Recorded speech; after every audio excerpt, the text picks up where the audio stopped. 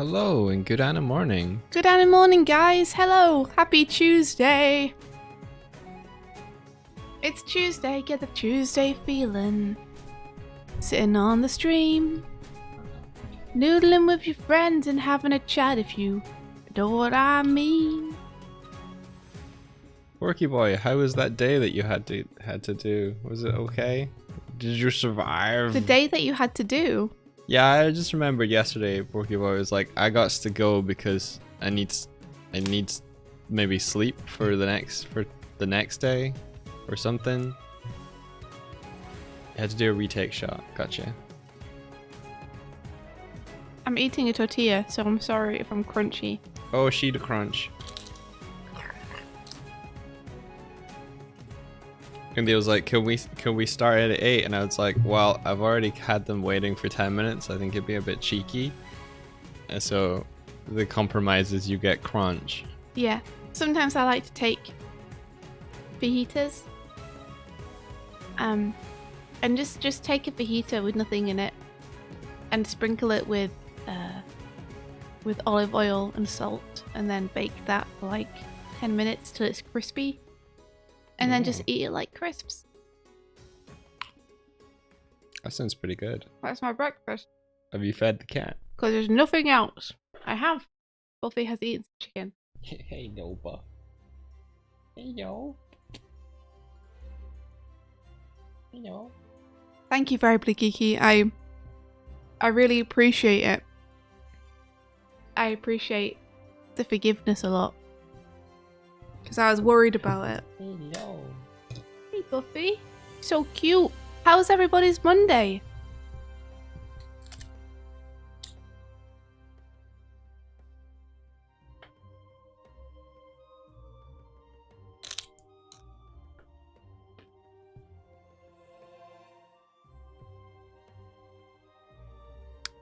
Record enough streams and you'll start getting more content for Doig Swift animated. What? What? Heck yeah, that would be amazing. Speaking of which, we recently had decided that we were going to create a new YouTube channel. This is a soft little mention of it. Specifically to store our past stream VODs. So that's been set up. And there's 2 years worth. Three years worth over there of VODs. streams. We've done a whole bunch. Tell them about the other channels too. Alright, so besides our main YouTube channel, we now have 2 additional channels. We have Doig and Swift, the main one. Doig and Swift VODs, the one I just described. And Doig and Swift Play, which is going to be our gaming Let's Play place from henceforth. Now, we've been doing all of these things for 3 years anyway, but we decided that it would be easier and nicer for people to find the content that they enjoy in one place. And we could put the content we have fun making in a place appropriate for them.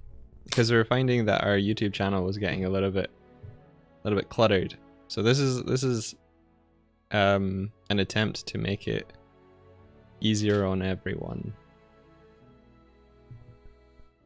Is there more to say, do you reckon? Yeah? Okay. I don't know. I just was taking the opportunity to try and snaffle down my tortilla. Okay. While you were talking about the stuff that's happening. And you know that I enjoy talking about this stuff, so yeah, she was trying to buy time. Damn it, you guys saw right through me. Yeah. Tell them more, Mike. So the channels don't have any like channel art or anything like that yet. They're tests at the moment. But I was thinking that I would just start putting the VODs up on the VOD channel this week. And just start them going anyway. Like, and then do a more elaborate launch with channel art from our good friend Rabbit and things like that in time. But rather than wait to use them, just start using them now. So upcoming on the gameplay channel is a series of Animal Crossing episodes edited by our good friend Jordan Crownshaw, or who did the Doig Swift animated. Yeah, so he's Jord animating on Twitter. Nom nom nom nom nom. Oh, Pokeboy says, you're all growing a community. Yeah, pretty much. So, would you guys be interested in me linking those channels to you? Would you be interested in those? Or is that like, man, I like the Twitch.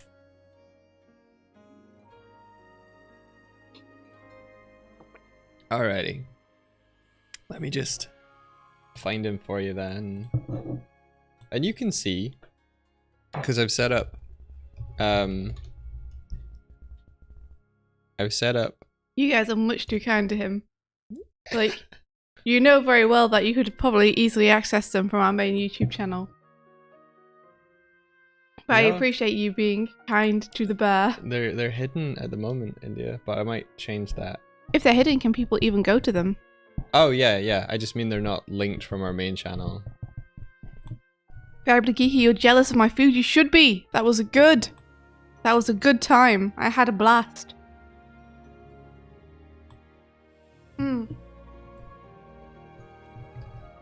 It's like when all you have in the cupboard are fajitas, and you're like, well, I don't want to eat a limp fajita with nothing in it. That's just sad. A bit of olive oil, bit of salt, maybe some herbs in the oven for 10 minutes goes a long way. Suddenly, you've got yourself some crisps instead, and it feels much less sad to eat.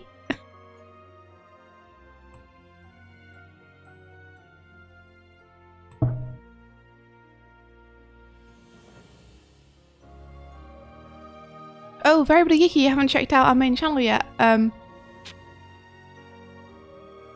me tell you what we do. We do a bunch of different stuff, which was part of the reason why it started to feel a bit cluttered. So as well as having all the recordings of the Animatoonings and everything on there, everything that we do during the week, we have a bunch of Let's Plays on there.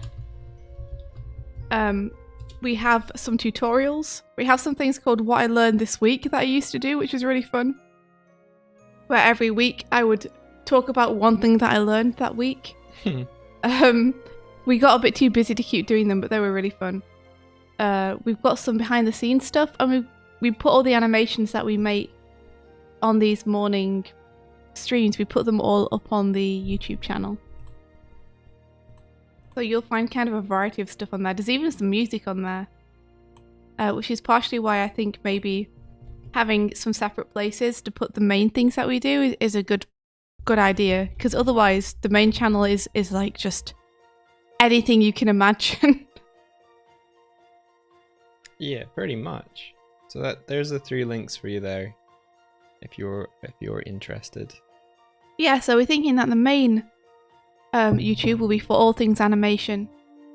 The gaming one will be all things gaming, and the VOD one will be all things VOD.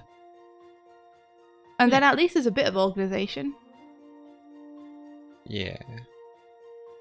So on the gameplay and the VODs one, I've set up playlists which link back to videos that we originally released on our main YouTube. So all of the content there is still viewable, but the portals with which to do so will be there, and any new videos of those categories will be published on those channels.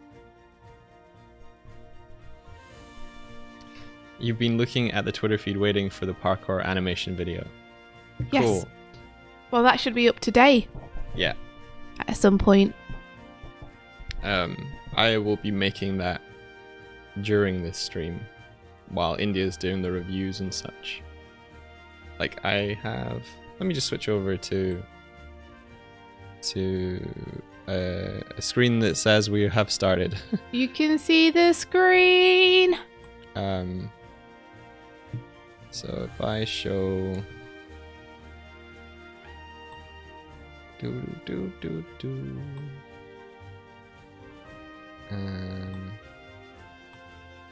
yeah. think this should be sharing it with you all. It's so hard to... Yeah, okay. It's...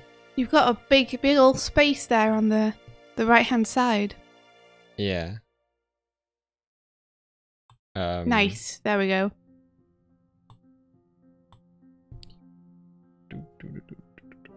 This is a rough layout for something very similar to what Spencer Wan had. Mm-hmm.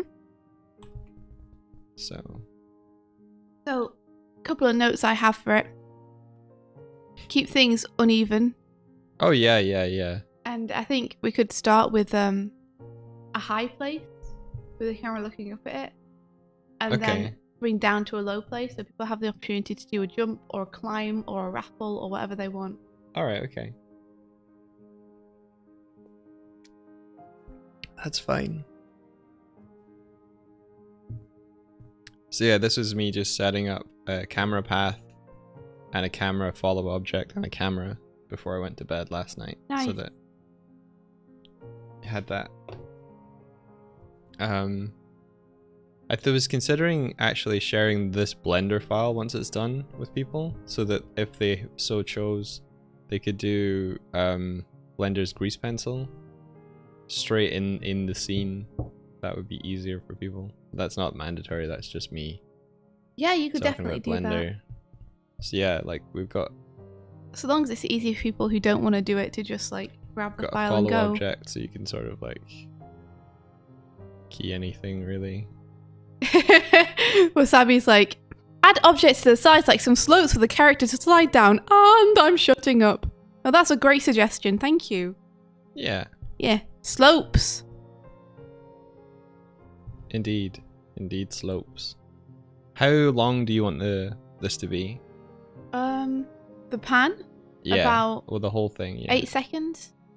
8 seconds. Yeah. Okay, so if we're 24, then let's just say 25. It would be 200 frames. Yeah, roughly that. Do you want to have a look at these animation analysis? I do. So we can continue what we were doing yesterday. So for people who don't know, we do a Animatoonings challenge every week. And yesterday was a day when we normally review them and then set the new challenge. And we did that, but we didn't manage to get through all of them because there were so many good ones and we wanted to talk about them properly. So we decided that we would continue talking about them this morning.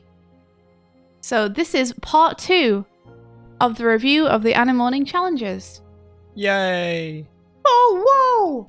So you've got 4 to get through, I think. You've got Andres's, PalBro's, Tibbs, and Habo's. It's a good job that we took today to do it because Andres has done 2. Spencer 1. I think he says that they're cut into 2 clips or something because it took them from their Tumblr. So it might just be the one sequence cut in 2. Maybe. It says each clip has 2 cuts. I studied the first 3 and took them from his Tumblr. I didn't want to edit them because I was afraid of modifying his timing. See. So yeah, I also did notes in the comments section on the right hand side. Please take a look at those as well. Andreas, thank you for taking part in the Animatoonings challenge. You're amazing. Let's take a... It's time to look at some Spencer Wan animation, guys. Let's take a look. Trevor! Okay, let's see. And we have some notes here as well on specific frames, which are great. So I'm just going to play the animation through for you guys, first off. Is it going to be better for you to play it, Mike? It might well be. Give me 2 secs. So, has everyone here seen Castlevania? Or is this going to be some people's first time seeing this? Alright, I'm ready to play when you are. I am ready! Go for it! Your first time. Check out this animation.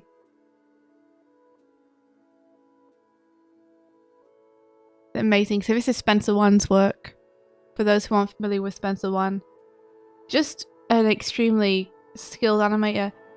I've heard from Patrick, who's worked with him, that he tends to work pretty much exclusively on 3s, but controls all of the spacing just through the drawings rather than where he puts the frames. So in terms of the timing, his frame counts are all even.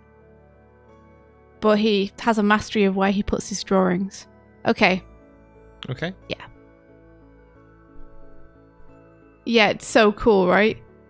There's another one too, which Andres Herndandez has put up here for us to look at, so I'm excited to see that as well. So let's see. Green brush I used to highlight his motion blur. Sign brush, I don't really know how to call it, but it's highlighting another aspect of the motion blur. And sign brush note, I really love it. It didn't make it into the final product, but I believe it is helping to communicate the motion. These are frame specific notes. Right, okay. So it might be best to look at them on the frames. On the frames at which, I see. I didn't.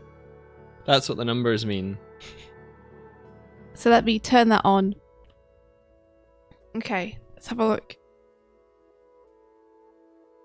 Like, first of all, even though Trevor is such a complex character design, you can see how just in the way that he's been designed, they're using elements of space, negative space versus detail to draw your eye to the right place. And do you remember that yesterday I was talking about how design elements to show rotation were very handy? Yeah. Well, here you are. You see this travels down the thumb side. These two bindings of wire here, or of twine. Yeah. Travels down the thumb side to show the rotation of the hand. Okay, gotcha. So landmarks, always landmarks.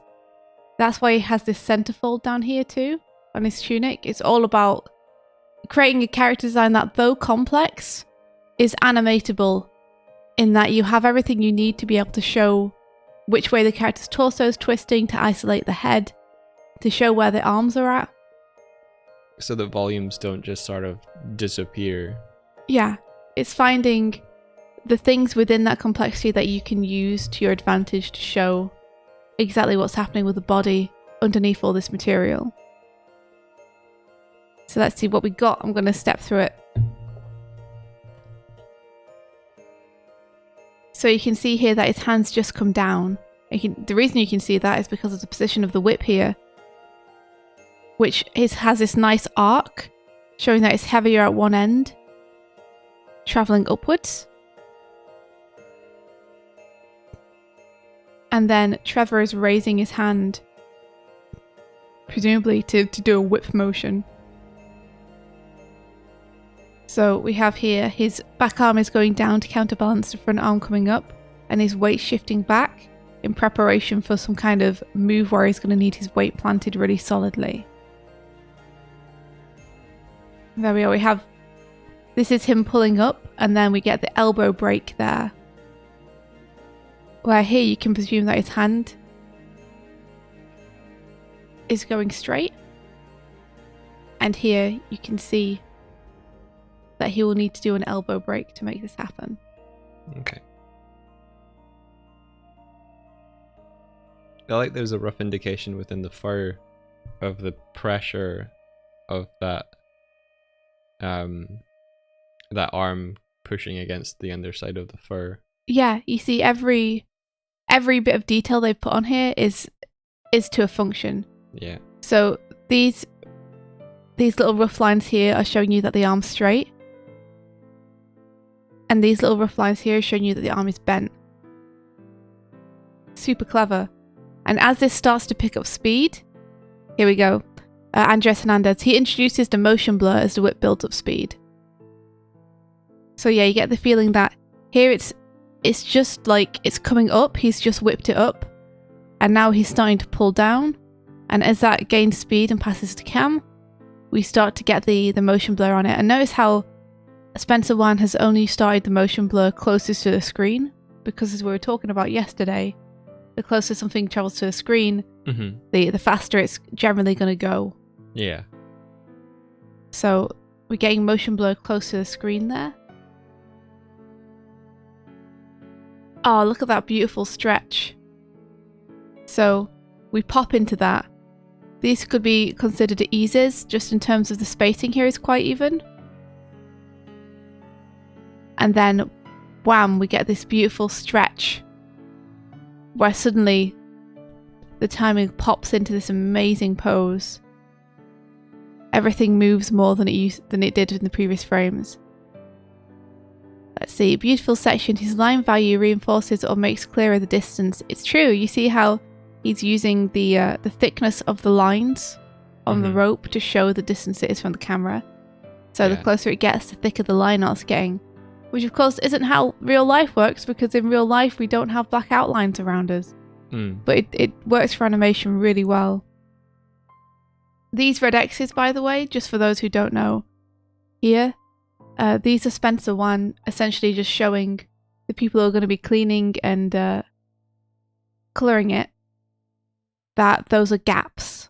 Yeah. That he doesn't want coloured. I think line weighting like that is a simulation of the level of contrast we perceive in objects that are close and further away. So it's like a translation of color and value contrast into the line, which is really, really clever. It is communicating that there's a higher contrast here, therefore closer. And note also how the I keep forgetting what to call them. Speed lines, there we are. The speed lines that Spencer uses on these are always going to go with the direction of the motion that the object is traveling in. So he's always going to choose to do speed lines that go with the motion of the object. So if this whip was pulling up that way, then he would do it more like that. But because it's traveling to the side, the blur of the line goes with the direction you see there. Yeah. Let's see, notice how detailed his motion blur is. This is something present in many of his pieces. Yeah, he's really good at it. You see how Andres here is calling out in cyan the smear that's being left behind by the whip. Okay. So Spencer's leaving some of these speed lines behind. So it's almost like comic speed lines, but not quite, because it's working with the fact that you know your previous frame was there and your next frame is somewhere else. And like, we're looking at the whip because look how little his head is moving between these two frames versus the whip. So off screen it goes. And we know it's gone off screen without needing to keep it on screen a little bit more because of the speed lines it's left behind. Like, normally you don't want something to exit the screen super fast. So you would maybe put the rope here, just so people get an indication that it's left the screen. But Spencer knows that the spacing for that would realistically be so much further along. So instead, Spencer's using the blur left behind by the rope. Gotcha. To show that it's going on screen. So he's essentially getting another frame of it being on screen out of that without it being on screen. Clever, because if he did have it on screen, it would feel like it was traveling slower. Yeah, exactly. I'm going to rub that out because we don't want it. Yeah. There we go. And then we get this awesome anticipation. And we know it's anticipation because number one, he's kind of squashing. Number two, his head is starting to come round a different way, the opposite way to the way it's been travelling so far. This entire time his head's been travelling up screen. And now this is the start of his body pulling forward so that his arm can in turn pull forward. And this is what I mean when I talk about the entire body being connected, is he's not going to just whip his arm forward. To do that, he has to engage his shoulders. To engage his shoulders, he has to engage his upper body. So he's going to rotate forward, which is going to start led by the head here, in order to whip his hand back from behind him. It's pulling then. Gotcha. Yeah. And again, even though his spacing is quite close, we get this beautiful texture of the cloak, like really shooting up there, being pulled by his motion. It's Robin. Hey! There's lots to learn from this animation. It's amazing. Yeah. Yes. It's good stuff. Another thing that Spencer One really likes to do that Pat let me know about is circular cells. So you'll notice everything here is pretty much working on a circle. So keep an eye on this hand. Yeah? Mm-hmm. That's going to do this. It's going to go in a circle. So there it goes. Round in a circle. Cool. Likewise his head. Circle. Circular Yeah. saddles. His head's going to go round in a circle too. H. Robin. There we go. I There think it goes. I think you got a copy of Glim. Thank you. Thank you so much. Oh, H. Robin. Hope you enjoy. So you see there, his head's going around in a circular cell too. I don't suppose a settle is the right terminology for this. It's going around on a circular motion path. Mm-hmm. We get to see a little bit of depth here. So would that be a demonstration of he's arcs? not gonna get away with this. Yeah, it would. So things are always going to move in an arc rather than straight from A to B. Gotcha. Things tend to arc in... PalBro just raided us. PalBro! Hey! Thank you very much for the raid. Hey guys! We hope you had an awesome stream with PalBro. How are you doing, PalBro? Adventure. How you doing? Adventure! For those of you just joining us, this is our part 2 of a stream for Animatorning Challenge, where we're looking through Animatorning Challenge participants' work. This week's challenge was to take a piece of animation that you really admire and study it. And so we're also studying the same pieces that others have and seeing what they've been seeing what they've saw. That makes sense. Yeah. PalBros is coming up soon, so thanks for coming over. Yeah, thank you very much. So if you want to look through some cool animations with us, then stick around. 7 Chords, how's your favourite UK power couple? We're powering through. We're okay. We're still here. We're still standing, man. It's all we can do. How are you guys? You did a lewd emote. Aw. And play Katamari. That sounds real fun. I think a Trashbot is asleep. Trashbot? This is why we call them Trashbot. Oh, I clicked on the wrong thing. There we go. I'm trying, PalBro. I'm trying. Did it work? I don't see it working. I think Trashbot is malfunctioning again. Alright. Trashbot? Trashbot. Wake up. Click on PalBroFella's name. Yeah, everybody click on PalBroFella's name and follow PalBro. PalBro is amazing. PalBro has supported us for a long time and is an amazing streamer and a good person. And a good artist.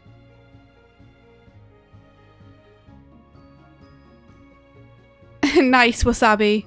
We appreciate it.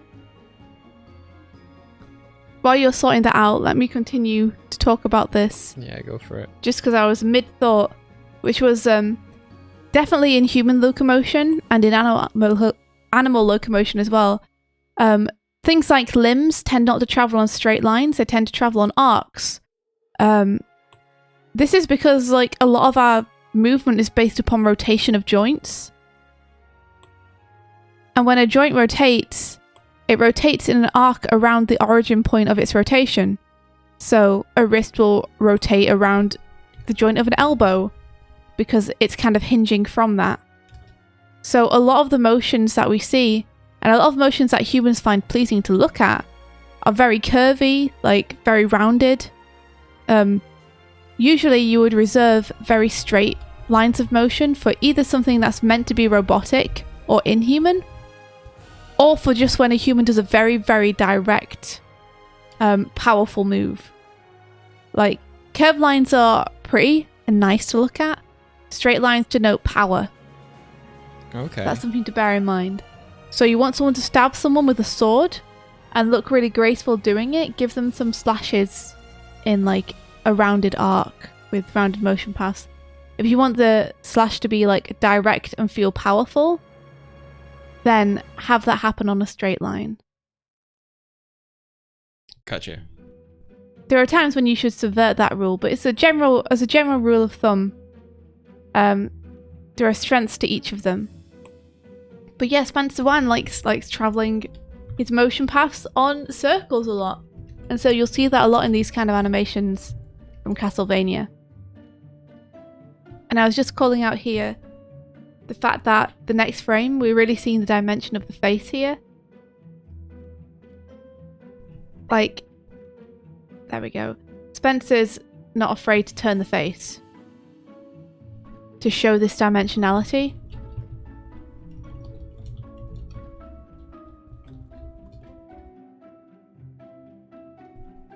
So we can see this going back, and now his arm's coming under, so we're getting this kind of arc happening.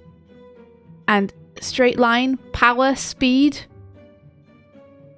And see how we've gone into a blur here for the hands, because they're whipping by so fast. Beautiful.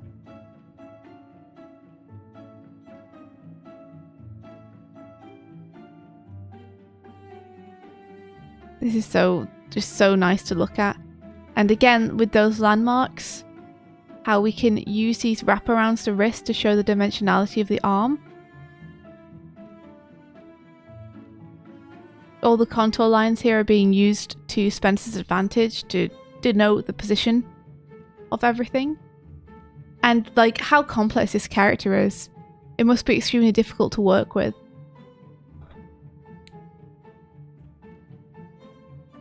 Here we are. We have this arm is coming straight down now. And again, these cross-hatching the fur here are showing the character's back, so we can picture where his body position is underneath everything. You guys, thanks for gifting the sub. Welcome to the Animation Breakfast Club. Yeah, Void Wanderer. Who gifted a sub? Thor Hulk 001. Thank you so much. That's super kind of you. Thank you very, very much. Is that in reference to the first issue of Thor and Hulk meeting, or is it in reference to the TV show or the film? Was it a film? It was an old film. Yeah, we're gonna get another circular motion path of the hand now, coming up, and we're starting to see Trevor's face face the other way. We're getting another spin. And the hair's doing a beautiful job here of like showing the drag of his head direction. Oh, Thor plus Hulk, gotcha. What did Thor do tonight? And then we're getting some more motion trails here from Spencer using the speed lines from this whip to show where it was previously in space and getting more bang for his buck out of these frames. And then, bam, we pop to this. The head whips around. And this is a real pop. Like, I don't even know how Trevor does this move. Like, it's traveling in this direction, and then suddenly it's like hooked around his back. But because Spencer has set up this arc, where we see, boop, this is going to be the motion path that it's going to go. It's going to go like this. When it ends up here, it feels like it makes sense when it pops there. Because we can see the path it's travelled on. So even though I'm unclear as to how Trevor gets to this position, tracking the motion of this whip makes it make sense in our head. Because it's like, yeah, it rotated around from there to there. We can see all of the different stages it was going through on its way there, and now it's there. No problem. Trevor's head is whipping around at the same time. We're using that beautiful hair drag to show that the speed at which he's whipping around his head. This also makes sense combat-wise too, which is that you would keep your eye on the person you're fighting as much as possible. Anytime you turn around, you're going to immediately whip your head around to see them. I see it a lot in people doing pirouettes, which is not something that you usually use to fight people. It's just a comparison that I like to make because I've seen it happen in pirouettes and I think it's pretty cool. How when someone pirouettes, they will snap their head round to the front as much as possible, so they are always looking in front of them as much as they can. Yeah, they put it really fast around and then the rest of the body follows. Yeah, they don't like rotate their head at an even pace around with their body or anything. Their head goes and snaps back to the front every time they rotate around. It's the same when you're fighting someone, is you're going to want to keep your eyes on them as much as possible. So having just one frame here where he's turning and then snapping his head here makes complete sense. And then the motion's continued, and again we get this awesome little blur here just to show us where the frame has been. Oh yeah, and also just like look for that circular motion path on Trevor's head here. And he's getting closer to the camera too, coming towards us in space. Helps everything feel more dimensional. We get those beautiful blurs again. As his arm moves up this way, presumably because that's the way the blurs are going. Tibbs and Enigmatic Amelia are saying that if you focus on a single point, it helps you not get dizzy. And I feel like it is to help with dizziness so they don't spin as long, giving the fluid in the ear less time to spin and make you dizzy. As well as keeping stage presence. Nice. Yeah. So many reasons. That's amazing. Anguvera, hey, welcome. Where Swifty's analysing the work of Spencer Wan. Through the notes of Andres Herndandez. Yeah, additional notes. This was part of the Animatoonings challenge, was to take a piece of animation that you really admire and break it down, analyse it, see what makes it tick. And so India's also going through seeing what Andres Herndandez has picked out, as well as picking out her own things to so we can all learn from it. Yeah. And this is really fascinating stuff. Look how close the spacing is here on this head between these two frames. Yep. And then the spacing is increased. So that means it's accelerating. Yep. And then it's increased. Yeah. And then it's increased. So again, because he's passing camera, we get this great feeling of depth, both in the speed of the movement as well as the drawings themselves. Because as he comes close to camera, the rate of movement increases. And then there's this great cut where we know he's traveling in this direction, and that direction continues. Is there a term for that, or something motion continues from one shot to the next? Yeah, cutting on the action. Cutting on the action. Cutting on the action, where you continue the action from one scene to another. It's not always used to keep momentum, but it can be used to keep momentum like this. Here we go. He is rearing up here. Is this going to be anticipation? So yeah, so he's darting forward, as we can see here, and then stopping, and we know he's stopping because the cloak is like continuing the momentum of his action, whereas his head is doing this circular motion path back. So he's sort of doing a lunge to bring that whip up. Yeah, opposing action we're having here with the head going backwards and the cloak going forward. Yeah, he's doing a lunge to put his body into this action that he's about to do here. And then we have this great line of action. Like ignoring the cloak, looking at where the body is here.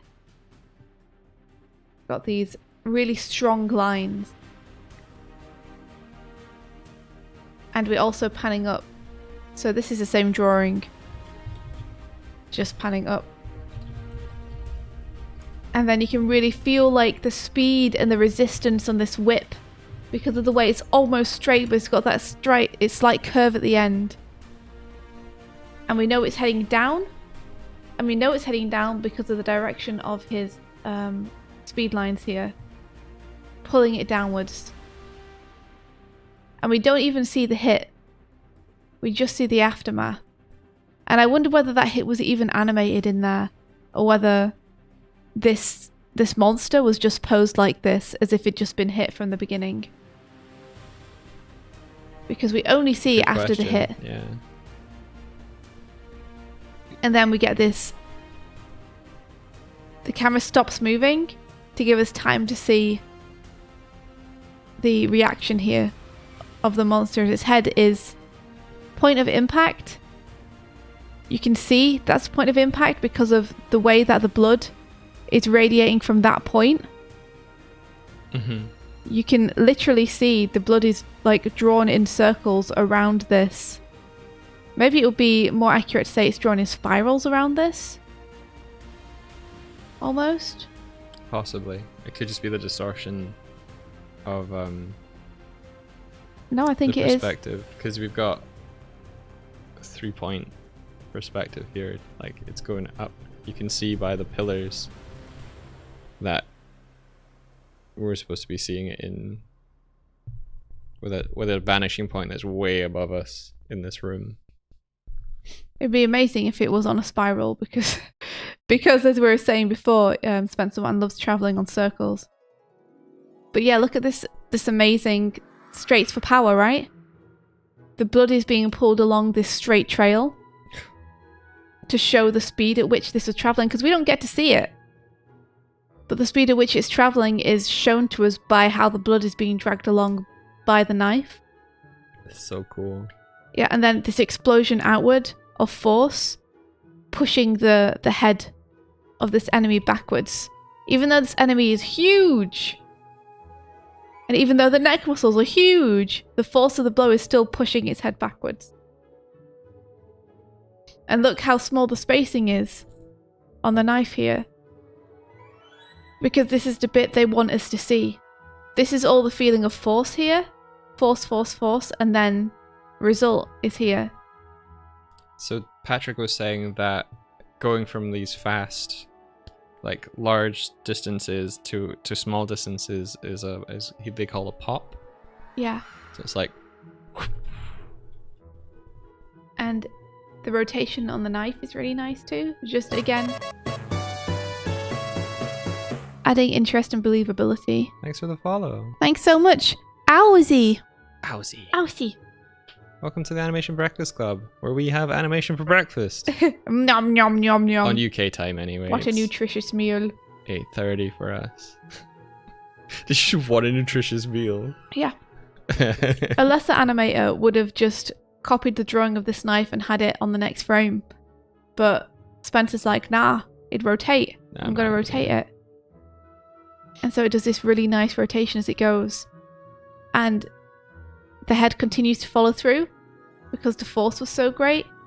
We're getting like this nice little ease in of the motion here. I don't know if this is the correct frame count. It's probably not, but you get the idea that it's an ease in on this head arc. And then this lovely like little bit of slack on the rope. Super nice. That Andres Hernandez has also called out, just to show like it's free flying now. It's just going on its own momentum. It's not being pulled anymore. Yeah, he's released the tension on it in anticipation, I think. Yep, because I've got no doubt this is probably going to be pulled back down or something. Oh. Well, we'll see. See what happens. So we've got this lovely anticipation.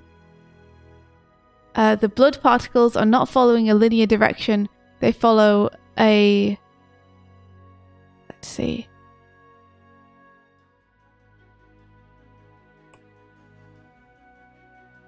I'm not sure what that says. A something curve or arc at different speeds. I think they are spiraling, dude.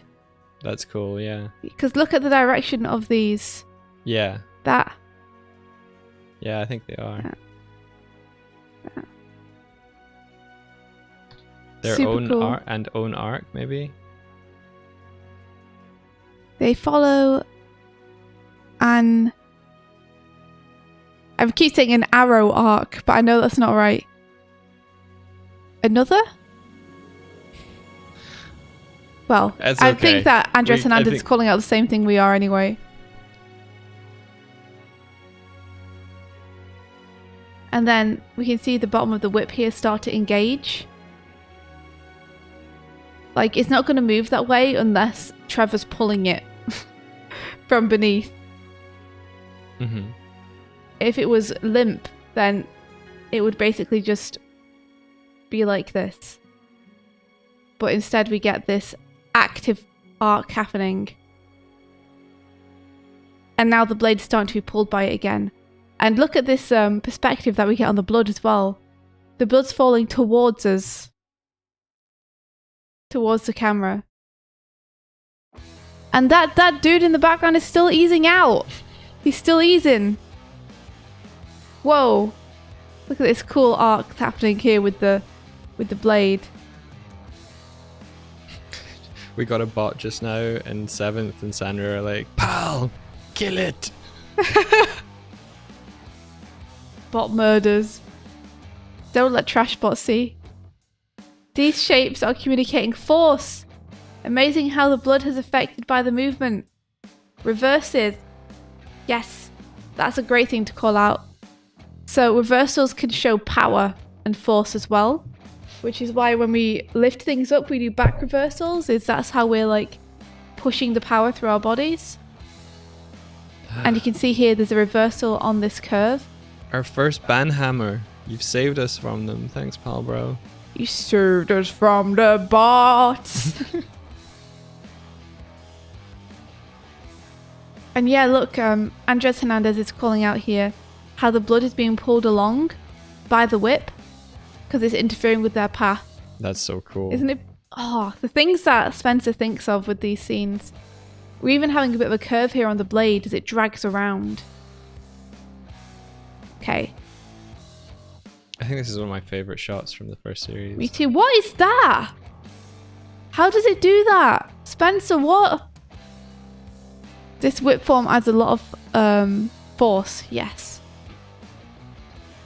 So it's going around here. The motion path is going down, taking it down.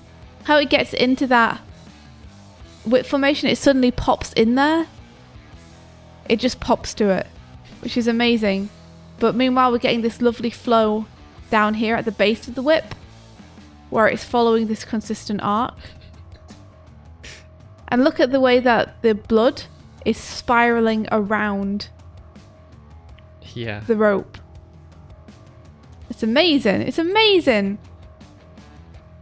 And now this is going to travel up like this as the blood disperses. And this gets pulled back down. This is going to be pulled up and around as well to follow the arc. Look at all these motion blurs. What is Spencer depicting here with these blurs? It's just like a sonic boom of force. Yeah. Knife was here. It's Well, like it's gone, and to show it's gone, I'm gonna give it a sonic boom. What? Well, I think this is communicating that the knife is being detached from the whip. Yeah, you're right. That's totally it. So like that curvy loopy thing is like anticipation. It's like letting go, and then the force of the next pull is like snap. You are 100% right, my friend. So look here, we have a shockwave coming out at the base of the knife. So this almost then is acting as a squash frame of anticipation with these like two little loops here, because he's showing that he's untying it. Mm-hmm. Almost. And then we get this shockwave. And then that shockwave continues on this frame here. And the blade continues. It continues its curve. So we've seen it facing this way. We've seen this like arc happening. And now it's facing that way. So it's spinning off. Zzzz. And then this shockwave continues to disperse. The whip now is going into like more of an ease because the thing we're meant to be looking at, it is.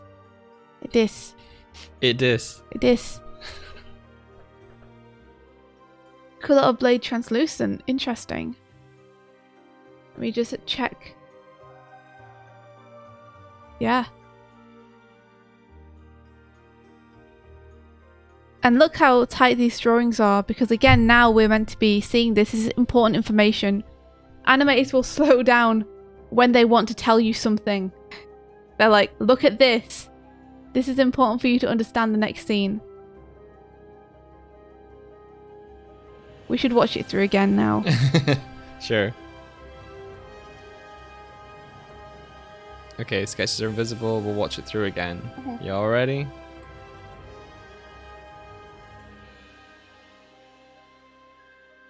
It's so beautiful. Looking through it is one thing. Seeing how it works in motion is a whole other ballpark.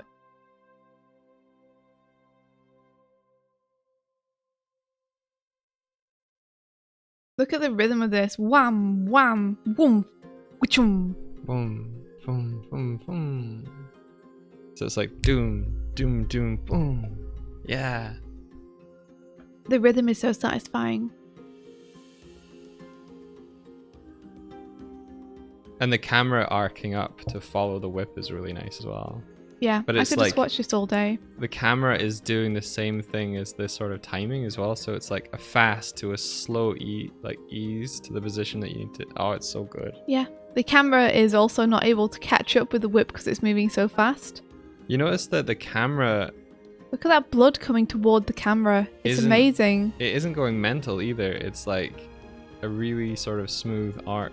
It's not fast, so it makes the action unreadable or more power. It's yeah, same Tib. Tib's saying I would love to see the earliest roughs of this shot. Yeah, me too. Oh, it's so beautiful. Yeah, because you can for sure know that Spencer didn't draw all these drawings linearly, planning it out like this. What, as in just draw the final drawing straight off the bat? Yeah. Oh, to have that power, guys. To have that power. No, I don't think so. Alright, let's go on to a second one. So yeah, I'm making good time. Yeah? Okay, let's see. On frame 1, Magenta Andres. brush. Yeah. Let me just turn on the notes for a sec so we can see. He goes on 2s when the action needs it. He doesn't rely fully on timing to make things slower or faster. He can go on 3s and still communicate that something is going fast. Although here he is supporting a major arc, he is slowing down in both timing, going on 3s, frames 9 and 10, and spacing. The arcs that he does with the secondary action, Trevor's left hand, the ones that are following through, cloak fabric, and the other parts of the body, hips and head, meet this major arc. He accommodates the spacing of those actions to do this, to meet that major arc. I name it major arc because all the arcs are converging in one single arc. It slows down in the peak of this major arc. Let's have a look through without the notes on and see what the overall motion is. Okay. Here's a goes to play. I know, that dash off, right? Yeah. That's how you use a cloak in animation. That squash and stretch of the overall shape, where he stretches off screen to show the speed at which he's left the screen, and you get that like bunching up of his cloak before he goes to create like a squash. Oh, it's so good. It's so good. So yeah, this is kind of animation you guys are missing if you're not watching Castlevania, by the way. The wave created on the cloak. I know, right, PalBro? Isn't it beautiful? Okay, so let's have a look at Andres's notes. Look at how subtle the spacing in the head is while the primary action is taking place, and yet is following a trajectory to meet this major arc I'm talking about. The hips following an oola oola arc. Sorry, I'm making up words. I think I get the feeling of the oola oola arc, though. It's like hula hula hoop. Yeah. The way he collects the whip here is... Yeah. sensual. It's making you feel things, huh? So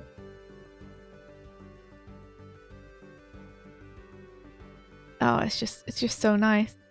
So certain things are staying very static here. Again, it provides us with a sense of solidity.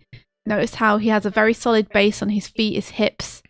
You know, the center of his weight isn't shifting too much as he gathers this up. A beautiful hand pose there. Just this beautiful hand pose. It's gorgeous. So things are very subtly being like pulled upwards here by the rest of his body. Oh, Trevor, you're so beautifully animated. So, oh my gosh, just like, it's so masterful. Okay, so we're getting the shrinking of this circle that's still staying consistent. At the same time, we have this, we can see this whip is coming up in this direction. Because of, again, the way that Spencer is using his line blurs to show direction. So we're getting here a circular arc again, with the hand sweeping this way to gather everything up.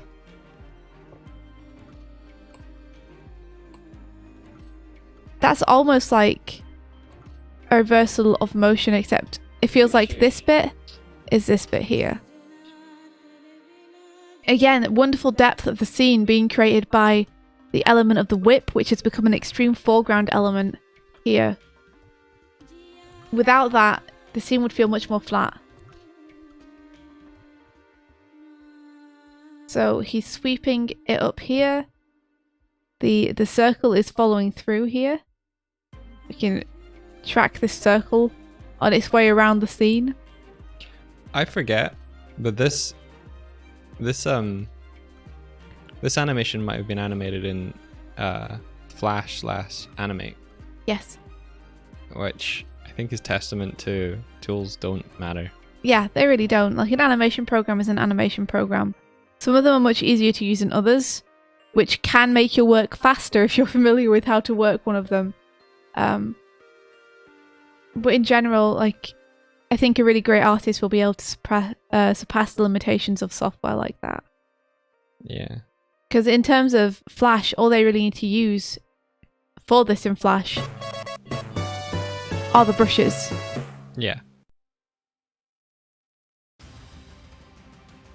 So look how little everything is moving here. Like, just in terms of his head and his hips, everything is staying very consistent, very subtle motion. His hand is the thing that's moving the most as it gathers up the whip. His backhand is really like just doing this very slow, very easy arc. The main things that are moving are all the things which are following through, like the whip and the cloak.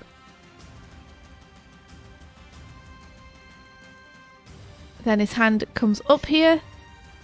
Again, circles. Spencer's working on circles. Gosh, so beautiful. Ah, how'd you plan this motion, Spencer? I wish I could understand. Like, I'd love to tell you guys how the whip motion is working here, but I really actually don't know. This is like beyond my expertise. Yeah. This is like next level for me. How the whip gets into this position from the previous frame, I don't know. We're just gonna have to watch it a bunch and see the effect it creates, and then unravel from there. Like, can we play it at a reduced speed? Why it's working that way? We might be able to. Like, you can reduce the frames per second here. Change the playback rate. Yeah, so 5 frames per second. I'll put it on 10 if that's okay. Yeah. Just so we can still get a feeling of the motion. Okay. Let me take the notes off for a sec.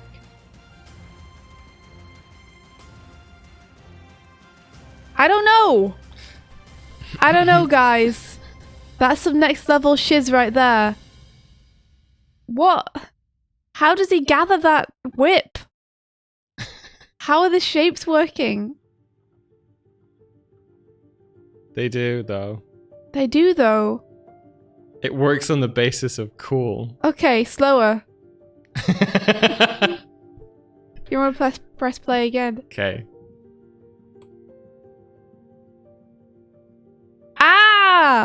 My brain! I still don't understand. Physics. Physics? Says Tib. Well, yeah, I mean, it looks realistic. It's just like, okay. I'm afraid I'm not going to be able to give you guys a very good breakdown of how that whip's working, because I'm still trying to work that out. But let's continue anyway.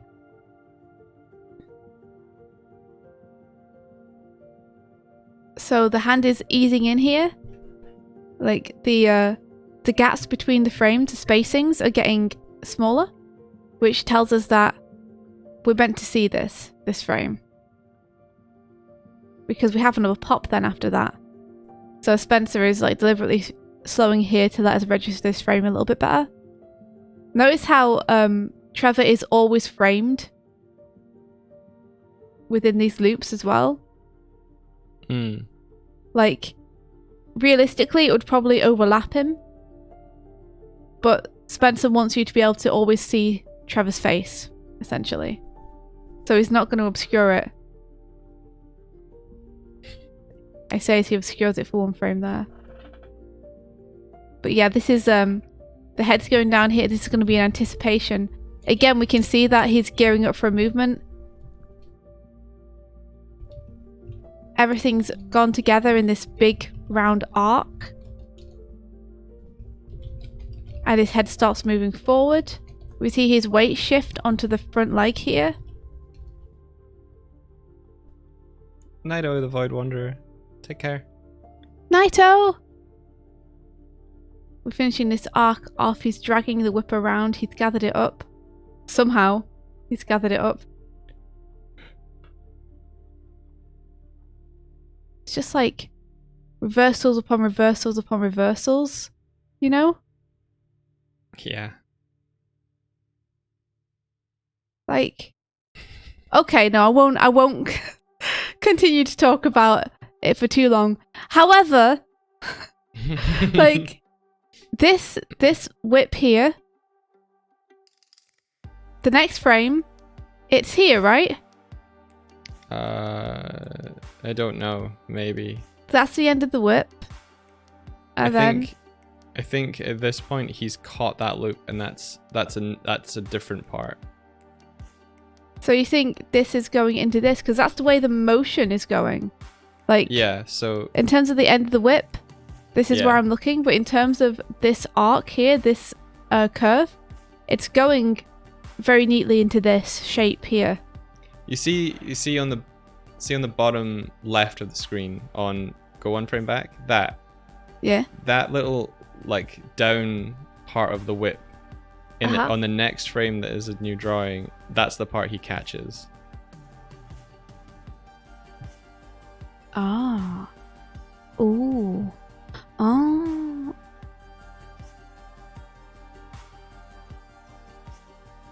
Guys, I feel like I'm starting to understand. Look. So this side of this curve is this now? Yeah, I think so.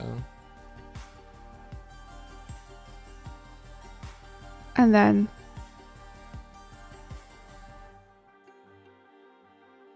this bit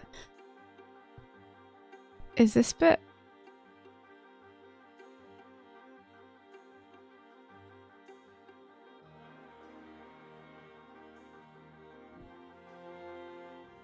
I think I'm starting to understand now. It's so good. Push through! It's so good. Succeed. Someone was talking about, I think it was Ian Jones was talking about the metaphors in Starlight Brigade. And how, like, I saw! I thought that was really cool. Me too. But it reminded me of the part in the video where they crash headfirst into the barrier. Mm-hmm. And then this is what my brain is doing to this animation. And then they like found that, you know, they had what they needed. But I really like that the strategy for overcoming that barrier isn't try and find a way around it. It's do the same thing you wanted to do again, but with more gusto. Okay, well, I can't say that's the best advice in the world. I can't say the best advice in the world is if something's not working, just keep trying to do it no matter what. I would say that in the animation, however very briefly, however few seconds it's on screen for, I do try to establish that lasers and bullets and stuff don't work against the barrier. Yeah, that's true. For that one shot for like half a second. So so I would say even that maybe they did have a strategy and their first plan didn't work and they adapted maybe. But there is something about just ramming your head into something until you break through. There's a certain amount of brute forcing your way to begin with, I think. Well, it works for me anyway. When I ram my head against programs and animations, sometimes that's what it takes for me to understand them. Okay, so we get this nice head arc coming in here. And this is going to be anticipation. So this is the head arc that is going into for anticipation. So we see his head's going to come up in this lovely curve here. And then this is the back anticipation before he's going to lunge forward. And again, look how Spencer is working in circles all the time. Everything here is circular. If you were to track Trevor's head here, it's going in this kind of spiral pattern. And this is the part that we all love. Because it's just so cool. The way that this shape here bunches up. We feel it bunch up. Everything's bunching up. Everything's moving downward toward him. And then we see, oh my gosh, it's such a good frame though, isn't it? Like the way that his hair is catching up with the motion here and flaring out is anticipation for him moving forward. The hand's coming backwards, but we can see he's about to go forward, and we know it because of the way this spiral is working. Like, we know as soon as that frame happens, as soon as he's not continuing his motion upwards and he starts to instead come down, we know this is going to be leading the action. And everything is still bunching up around here. Oh. And he's starting to move now. And we're going to get this amazing ripple happening. I'm so excited for this ripple, guys. You don't even know. Oh, man. Like, the way that he's about to move forward and this cloak is billowing up behind him. And now he's going to pull it. So this is the back of the cloak traveling up here as he pulls it forward. Which is why it's like getting a little bit longer there. But it's moving in this beautiful like whip or wave motion. The whip user's got whips on his whips.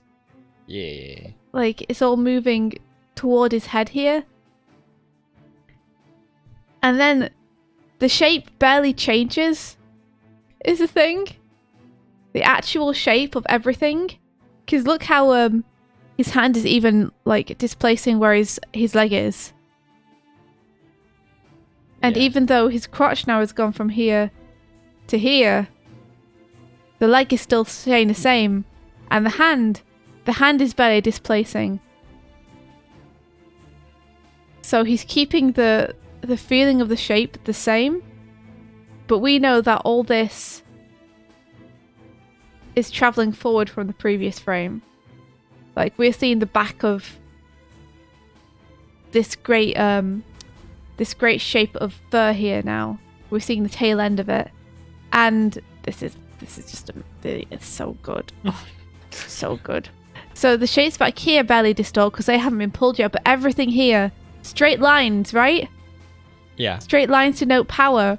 We have this amazing curve leading up to it. And this wave motion. And then, bam, power. Everything is pulled straight. And then you get that amazing cloak follow through.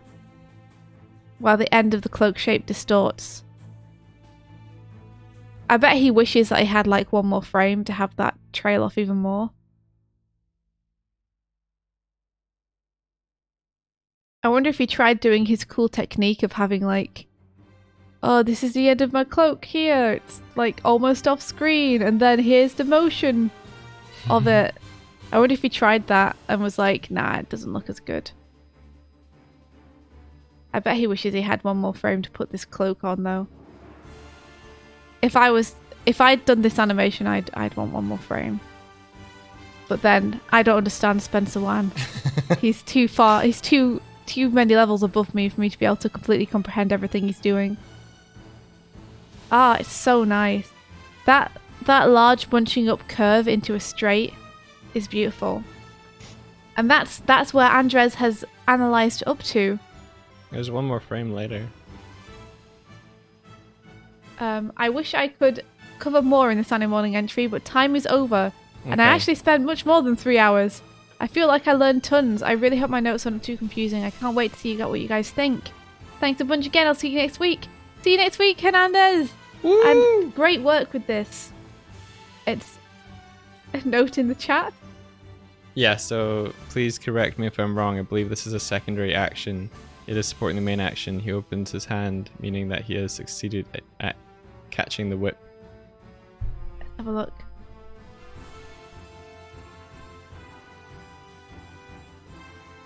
I think this is actually gearing towards the anticipation more. I think it's anticipation for him clenching his fist here. That he's opening up so much. Again, you can really see the spirals here. Look at the hand. Round. Round again. Whee! Spirals. I think it's anticipation.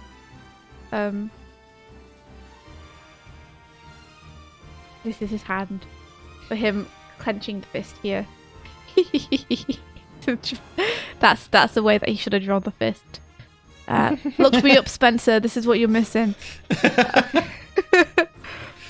Yeah, so secondary action is defined by a lot of different people in lots of different ways, which makes it really confusing. When I was in university learning animation, I got told that secondary action was like a ponytail or a tail when someone is walking around. But that's follow through. Yeah, but then later on I learned that was like drag or follow through. Secondary action, as defined by Disney animators, and it doesn't mean they have the final word on it, because really the definition is how it's most used most commonly now, because the usefulness of it is entirely in how it defines something. So the Disney animators put it as an action that runs alongside the main action, that supports it but doesn't interfere with it. So for example, Merlin is walking around looking for something. He doesn't really do this, I'm making this up. Okay. Merlin is walking around his house looking for something. He's looking for a book. And as he's looking for the book, he's stirring his cup of tea that he's carrying around with him. Right. The stirring of the tea would be secondary action. Because his main purpose is looking for the book. Because the main driving action is him walking around and looking around and going, where did I put it? And, you know, all that stuff. The secondary action is him, like, stirring the tea and probably slopping it all over the place as he does so. Yeah. Secondary action is your young girl protagonist grabbing a piece of toast and eating it as she's running out the door. Yeah, but I don't know how true that definition is, because I've seen a lot of different people use it in a lot of different ways. Yep. Everyone in chat is just saying, whip it real good. Yep. Whip it. Alright, so the next one up is... I think this might be PalBros. PalBroFella. He's a PalBroFella. PalBroFella. PalBroFella. Oh. Spencer Wan.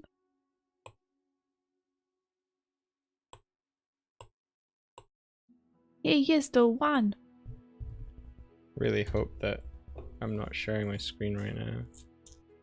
No, it looks like it's still How good. come are you showing very secret things? Yeah. Joy review is guest. Okay, sure. Why not? Cool. All right.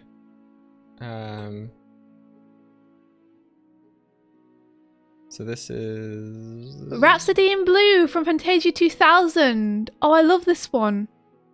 I'll need to. There's a way to. Is this your background, PalBro? Your desktop background? This amazing like top-down view of a city. There's a way for me to see. Is it framing it okay, or is it being a bit weird? Let me check.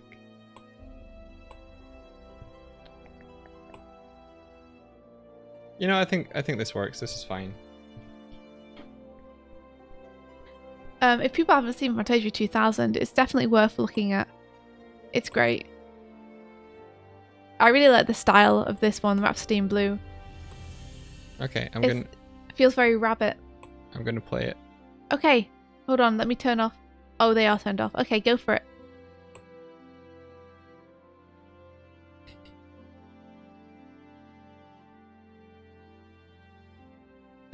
Poor dude.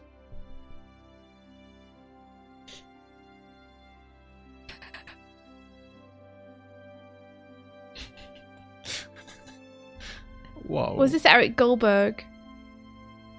This looks like Eric Goldberg work. It does, doesn't it? Yeah. That expression. Beautiful. Okay. Okay. Let's have a look. Wubble wubble wubble wubble wubble. Rhapsody in Blue. Quick review by Pal. Sing it, India. The whole thing. Boopity boop bop bop. Here we go. Down the street. Stage egg.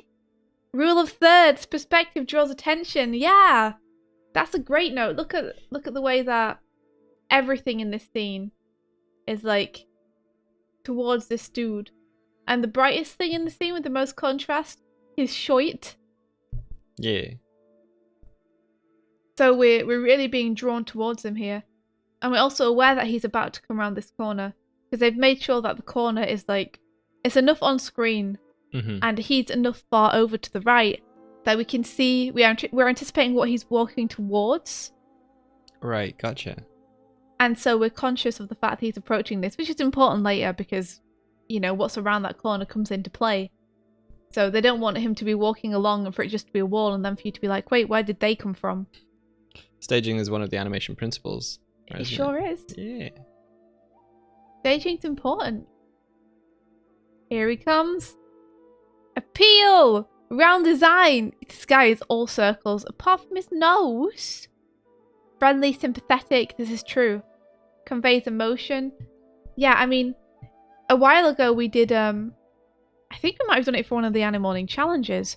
We did we do personality walks? I don't think so. We did personality sits, but this is a great personality walk. Like, you can really tell things are not going well for this dude. Like, you know, we don't know whether he's like had his heart broken or he's just like super sad or has had a really bad day. But, you know, the bags under his eyes, we can tell he's probably like super sleepy or a night owl.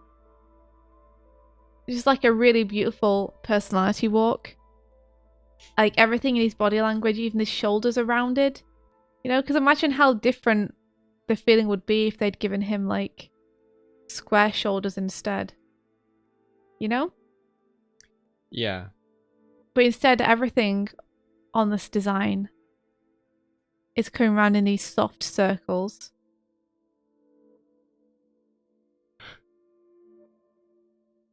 Which PalBro's called out. His shoes as well mimics his nose. Yeah, I really like that little sharp nose. It means that I always look at him and I'm reminded of the penguin every time.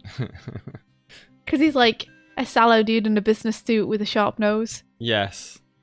He's got a bit of DeVito going on. I wonder if Danny DeVito from the Penguin was an inspiration for this. Probably. I don't know how they could have designed this character and not been like... DeVito. Hey, DeVito.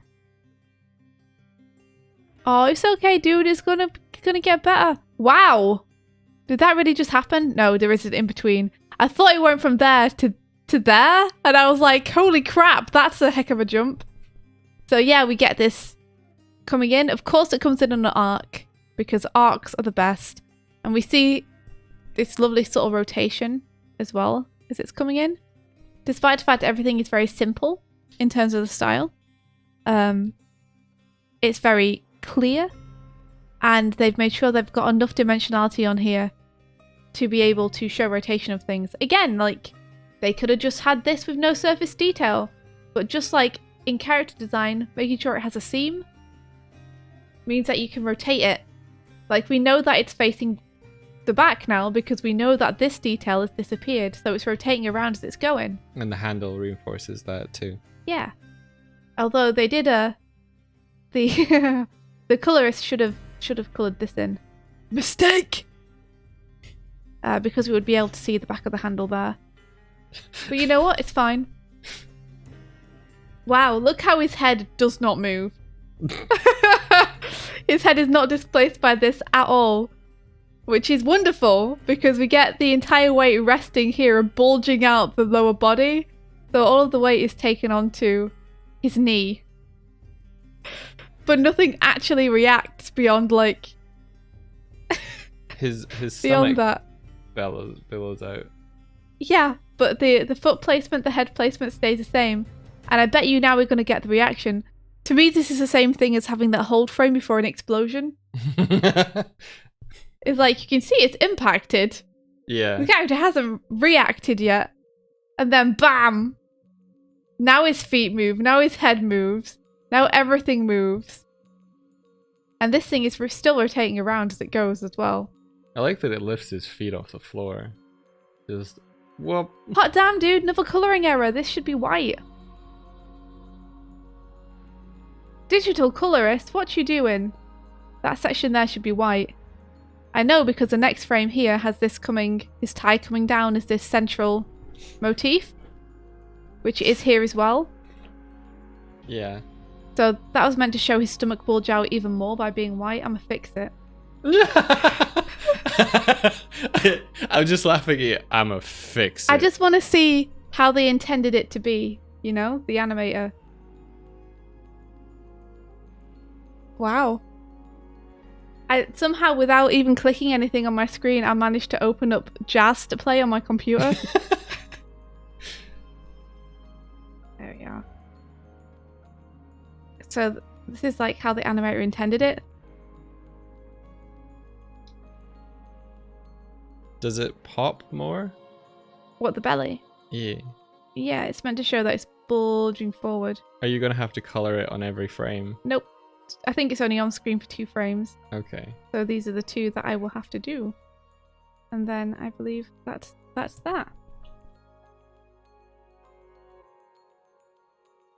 There we go.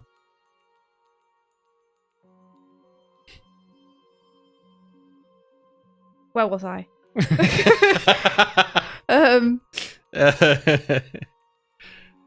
Yeah, so we see now he gets completely displaced by this, which is awesome. I love that so much. Discombobulate!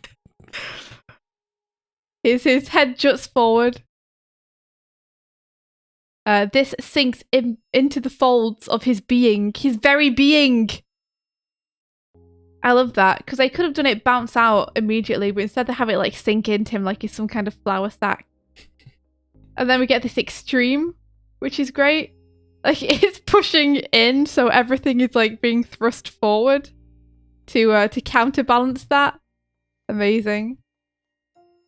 But yeah, look at this. Squash. And oof. Exaggeration, impact. Very heavy. Yeah, so PalBro's 100% right. Like, we're really showing the weight of this in how much he's having to react in order to receive it. Mm-hmm. So you see we're like We have this frame, we have that frame, which is an extreme of that frame. Then we have this frame, which is settled back. And all these are just communicating the weight. Oh, and then we have this ease. It's kind of like the OKKO thing we were watching before. Where it was easing between the smears. Yeah, it's giving it that very like flowy feeling of everything being very smooth and slow for this receive of the I don't know what you'd call it, the drill, I guess. Is that like and then sort of a hallmark to more cartoonish animation styles? Maybe it is. Yeah. But you can see the little nozzle here of this is going to go around in a little circle. A little circular settle here as it lands on him. Here it goes. Around. Like that. And then after this ease, like his head starts to anticipate that it's being pulled up here. You can see that's being pulled up and his jowls are dragging down. And then pop. We're up. And this is out of his belly now. And popped up. And we have his hands to come out of his pockets for it. They just pop out of his pockets. You know? Because what we're looking at, really, is his head. And we're looking at the drill. So his hands pop out. And this is probably going to have, it's going to have some hang time. Enough time for his head to clear past this. So that we can see him looking at it and his expression. Leo, is he angry? Is he immediately happy? No, he's confused. He's like, what, where did this come from? So that hang time both serves to like add a bit of flair to the movement, which is super nice. But also to really show us, like get him into a position where we can see his expression. Because this will be a key, no doubt, that they're working towards. And look, again, we get this lovely little rotation, which is counter to the way it rotated when it first came in. With the surface details there acting to show us which way around it's rotating. Gotcha. So yeah, look, now we go into this stretch. Yeah, look at this really nice nice body pose here we have. This line of action is super nice and strong. So, yeah, we have stretch along the left-hand side, squish along the right-hand side. As he opens up, literally, he's opening up to this object to see what it is. And yeah, throughout this entire thing, PalBro, you're right. The man is handled as very bouncy. The most solid object in the scene is the drill. Yeah. Not the man. The man is made entirely of Play-Doh. Which I think goes with his like round friendly aesthetic. Yeah. For us to feel like he's this kind of bouncy person. And then look at this beautiful, just very, very subtle tight in between here as the drill starts to fall back down and he follows it with his eyes. Again, they're slowing down because they want us to see this. They want us to see the interaction between the man and the drill, and what he thinks of it. They wish us to see the interaction between the man and the drill. They do. And then it lands. And, you know, I probably would have, if it were me, I would have, when it hits his hands, had his hands immediately, like, pull down here. But instead here, and perhaps because of the animation style again, we have this really nice, like, little ease into the weight. And they really snap back to that. They kind of lose some volume on him there. Oh wow, look at that nice wave motion though. You guys seen that? Is he maybe returning to his original volume? Maybe. I love the way that his upper body starts to settle down and then his lower body settles down. It creates this really nice wave where not everything is happening at the same time. It's nice to see this kind of stuff though, because it makes you realise that, you know, Disney animators, they just doing it too. Like, you know, it's easy to make mistakes in animation because it's a process that involves so many different people.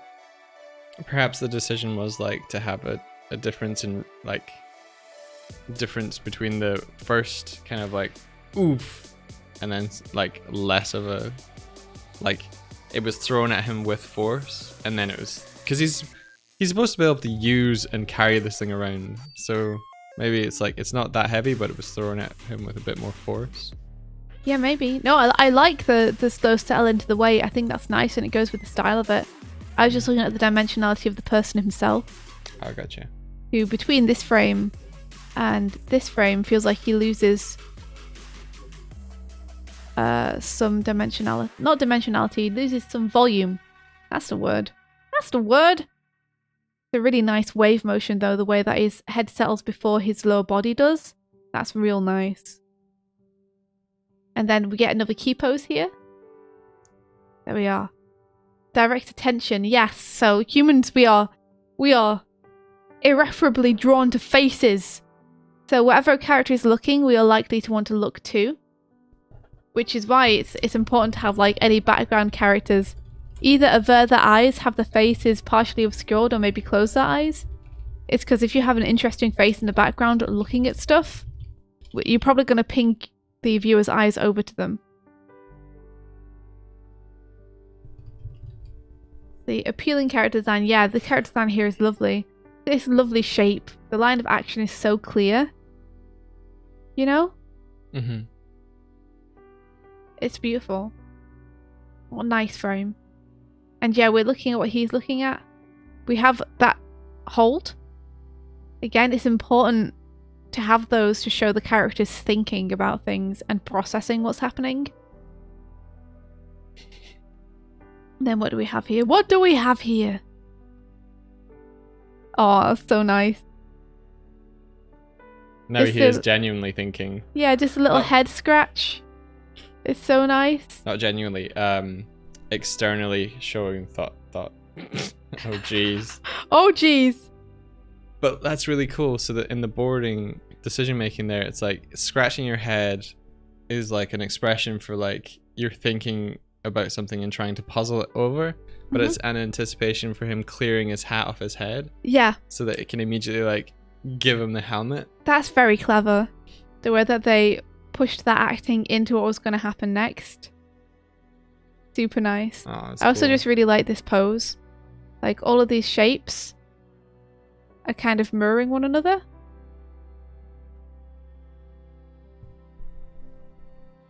Which is really nice. We have this like left-leaning wave going on through the design here. He's like opening this side of his body up and trailing this side as he's like looking up at this and opening himself up to it. And then we have this happen. That's great. The difference between this frame and that frame. It's amazing. I had a shadow for one frame. They were like, we need to place him in scene and know that he's off the floor for this one frame. But I love the fact that even the drill distorts when this lands on his head. Yeah. And yeah, we get these lovely lines of impact as well that are actually drawn on by the animator. It's lovely. And this arc of the hat going off in that direction. And yeah, look at the amazing squash. Just like, his feet are just gone. They're just like either side of him now. That's so fun. I love it. The hat again, we're getting like a nice bit of rotation on that hat. It's not just one shape being pushed across the frames. It's interesting because like the volume here is not being maintained, it's being played with. Yeah, it's almost like goopy. Like between these two frames, the volume is the same. You can see, like, you can actually see the volume going through his body. Like, yeah. Okay. He loses volume from his head and it goes back down to his butt. Go to the one It's where almost like a bouncing ball. Go to the one where you know? It's extreme with the legs stretched out.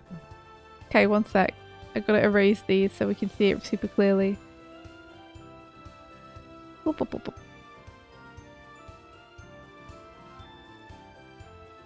Yeah, so what I think is really cool about this is this hat is coming in this way, right? So it hits here. The hit doesn't happen at the top of his body. Imagine, if you will, that the hit is going straight through and then bouncing up and then bouncing down. Oh yeah. That's something that you He's got a ball bounce going on inside of him, guys. That's something you see a lot in Ryan Woodward's animation work, is where he kind of treats anatomy like a fluid simulation, and he has forces like bounce around within the volume of like limbs and everything, because he's using his kind of know-how from effects animation in his character animation. Oh, that's super interesting. So I think they're doing the same thing here. Yeah. I think there's almost like a bouncing ball going inside this dude, where the helmet has actually like, the impact's continued through him and it's bounced up to the top and down to the bottom again. It's Ryan Woodward, isn't it? Yeah. Yeah, there you go. And then we get this lovely like little spiral as well of this foot settle coming in. Boop. Boop. Boop. Is he about to land on the floor? Because we're getting this like little settle now where he's kind of straightening out and his butt's anticipating going down. No, we're going to get a vibration. That's fun. So vibration is something that Disney used a lot to show force. Like whenever you imagine in Tom and Jerry someone gets hit in the face with a frying pan, you get that lovely like I think about afterwards. when you pluck a guitar string. Yeah. The force going back, and then it comes back. Yeah, it's cool. It's great. Let's have a look at this. Oh my gosh! Illuminati confirmed, guys. We get a follow-through, momentum, secondary action of the hat. Yeah, I'd say the hat is secondary action. I think, yeah. Reaction. Illuminati confirmed, literally written there. Vibration resembles symbol. Yes, it does, which is very fitting because this is this piece from Fantasia 2000. Have you seen Fantasia 2000? Bits of it, maybe. Okay, maybe we have to fix that. It's this piece is all about music, pretty much. Right. Okay. As most things in Fantasia are, but this piece particularly has links to music with different themes being used for different characters, and jazz is a big part of that as well.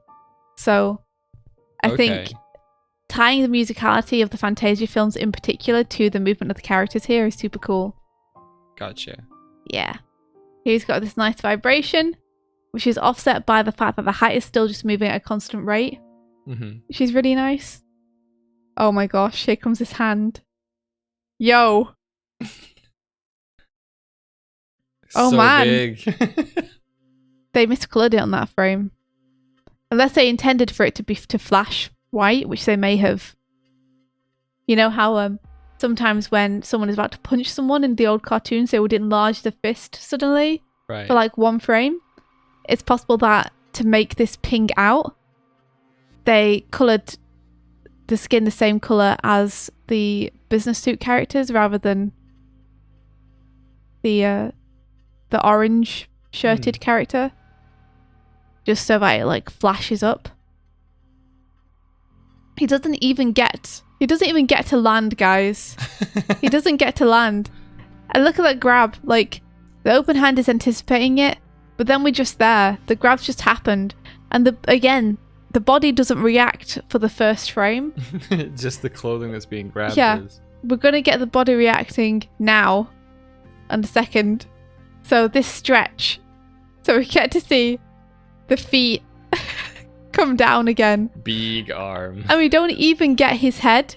We just get the fact that we know that this is tilted because his head is like being pulled up this way. Big arm. Big beefy arm. This arm, the forearm is bigger than this dude's entire body. It's amazing. I love how exaggerated it is. Yeah, so we get this grab. And then he's pulled up. It's so fun. Look at this shape.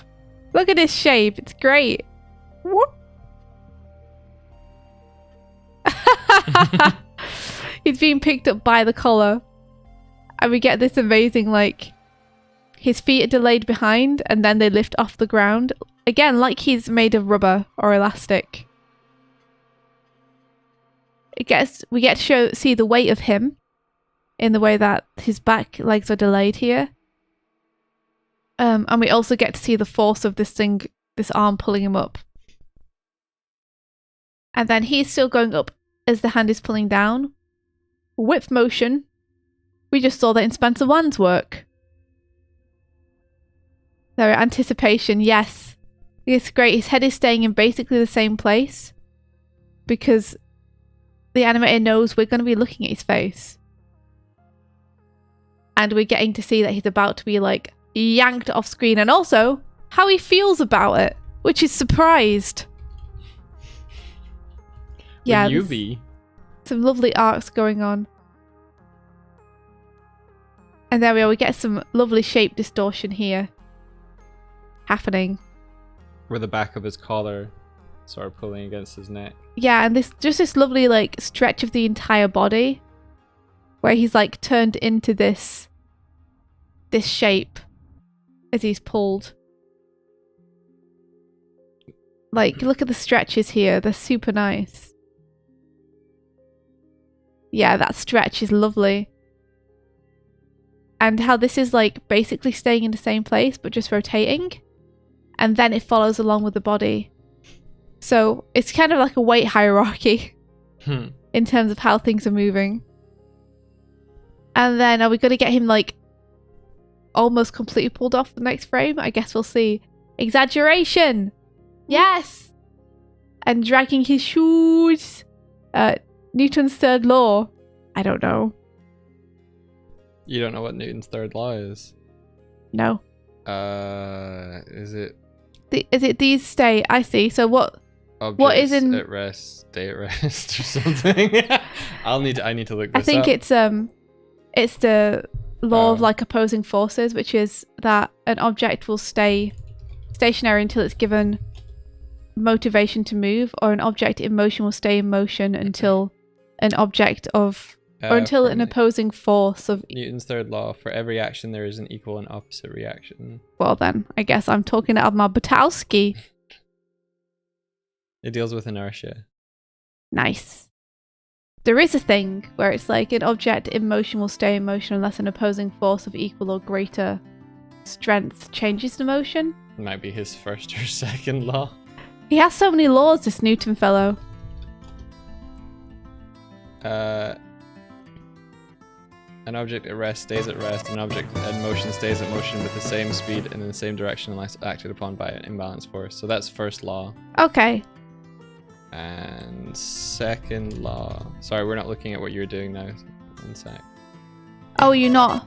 And then thank you for the follows. Thank you very much. An object is dependent upon two variables: the net force acted upon the object and the mass of the object. No. Yeah, second. Okay, cool. So I was thinking of the first law. Does he have a fourth law?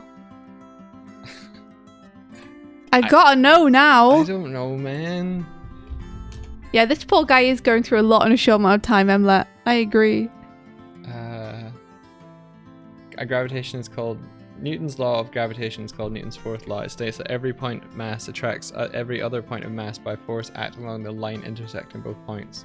The force is proportional to the product of the two masses and inversely proportional to the square of the distance between them. I might have to dig into that a bit more later because that did not go in. Right, okay. Okay. Here we go. We're going. And then we get the continued motion here. So he comes off screen. We have not went over Tibbs's one yet. No, we That haven't. is next.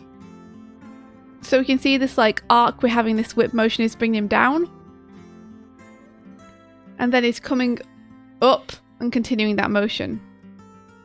Okay. I think we should go through and maybe look at PalBros in particular and then move on to the next one soon.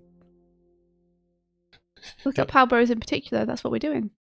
Look at his notes in particular because you're kind of making your own notes all the way through. Whatever, and that man. takes like 3 hours, man. Okay. Illuminati confirmed.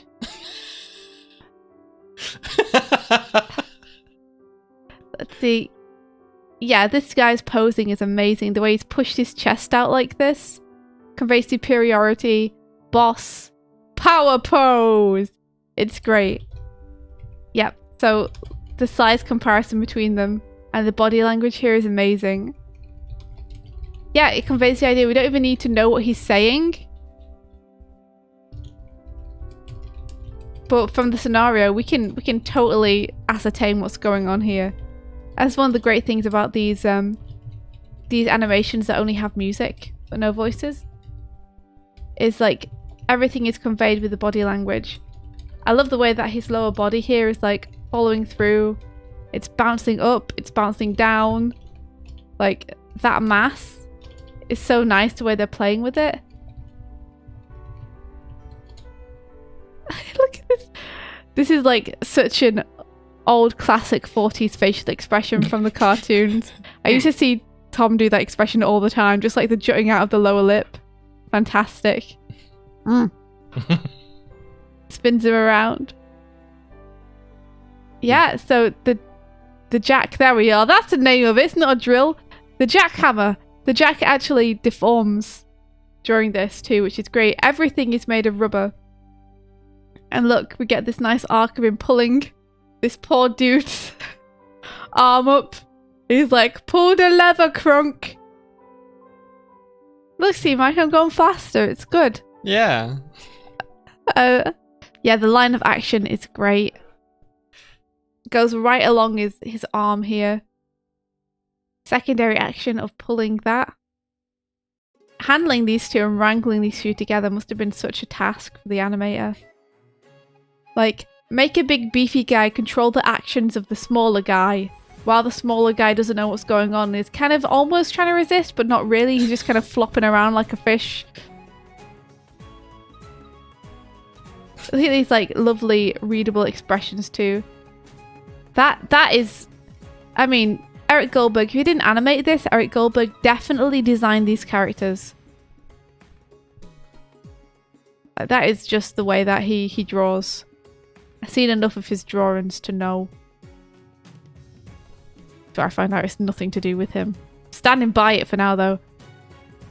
Grab his collar again. This poor dude, like, is not going to be able to walk anywhere ever again. He's going to be thrown around by burly men his entire life. And we get this lovely wave motion again. Everything is like working in these lovely spirals with all this stuff following through. We get a reversal of the spine as he's being dragged around. Great the way that his helmet pops off there and drags behind along with the tie. It really adds life to it. The way this dude like ducks down and jabs his hand again. Straight lines convey power. And his helmet is popped off and then falls back down. I love that. He's like moving so forcefully that his helmet can't keep up with his head motion.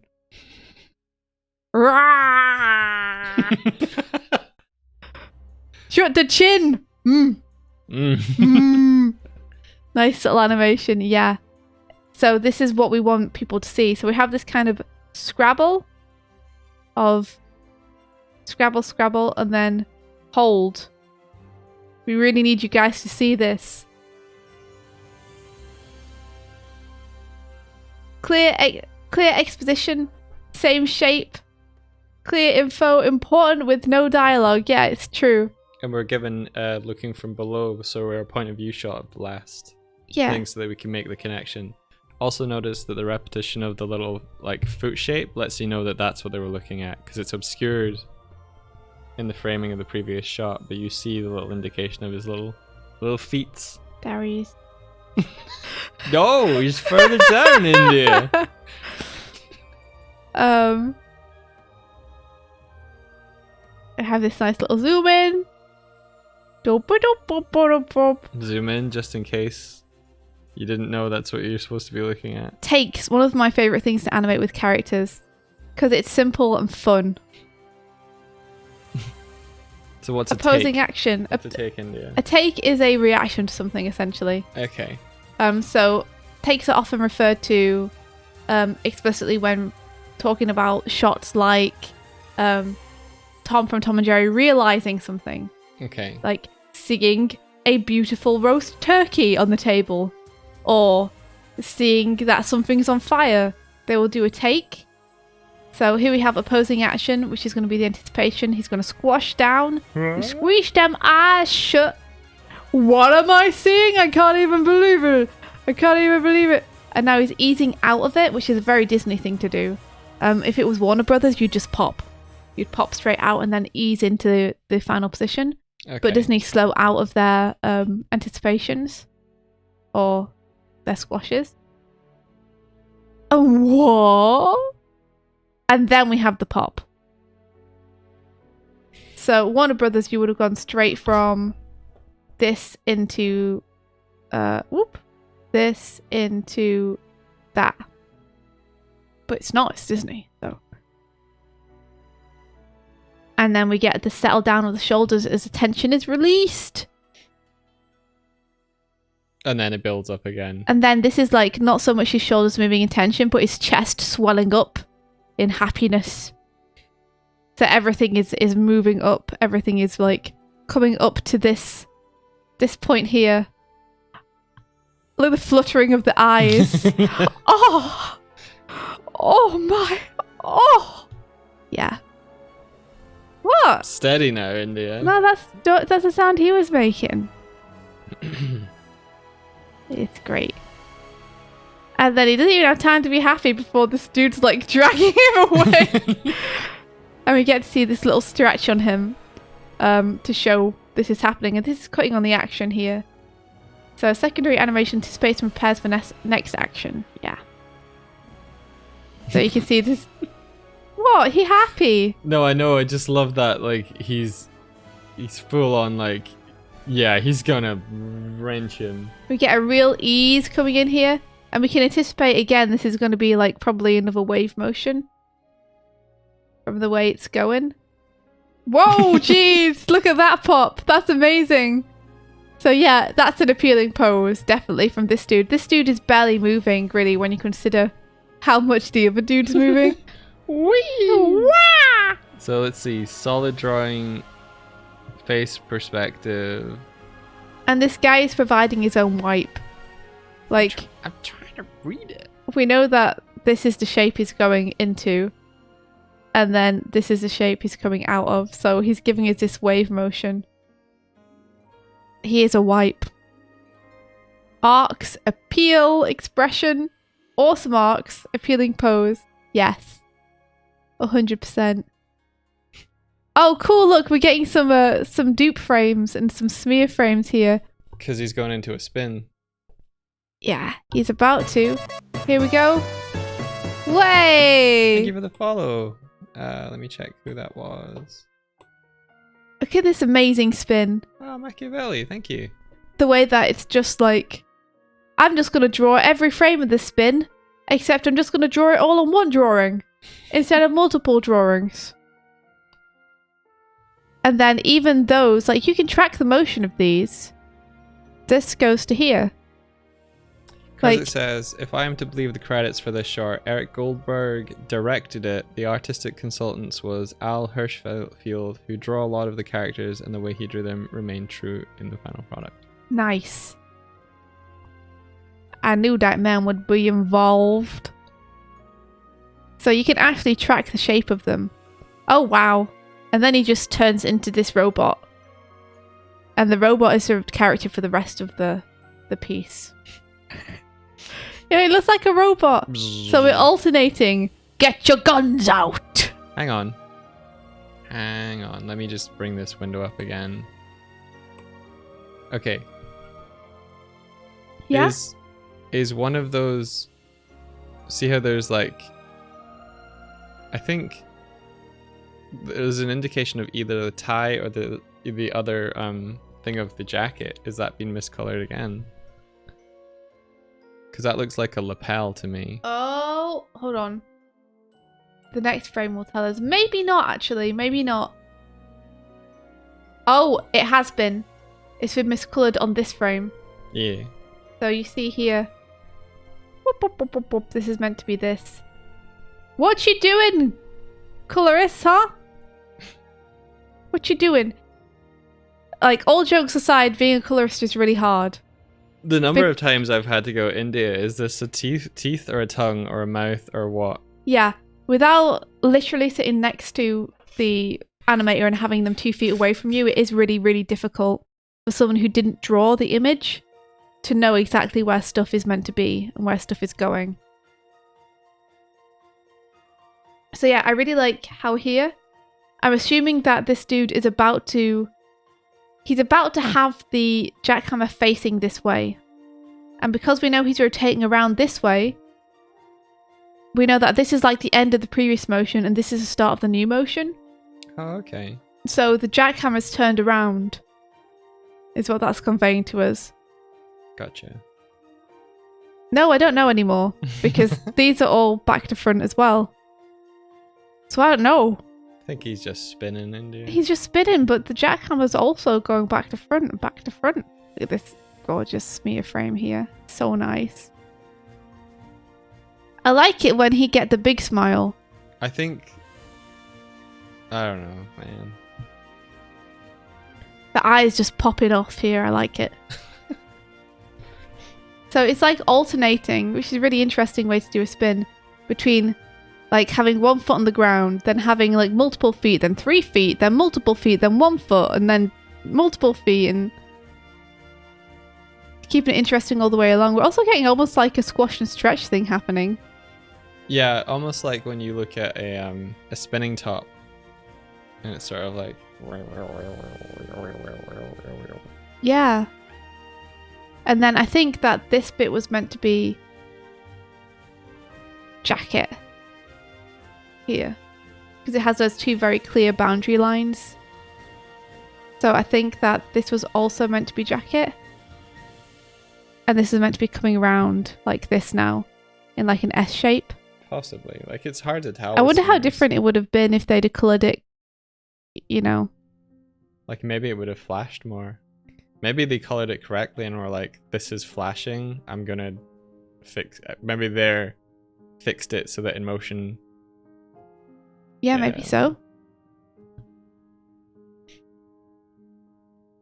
It's hard to tell with your fixes because they have so much texture in them. Sorry. Wow, this is amazing.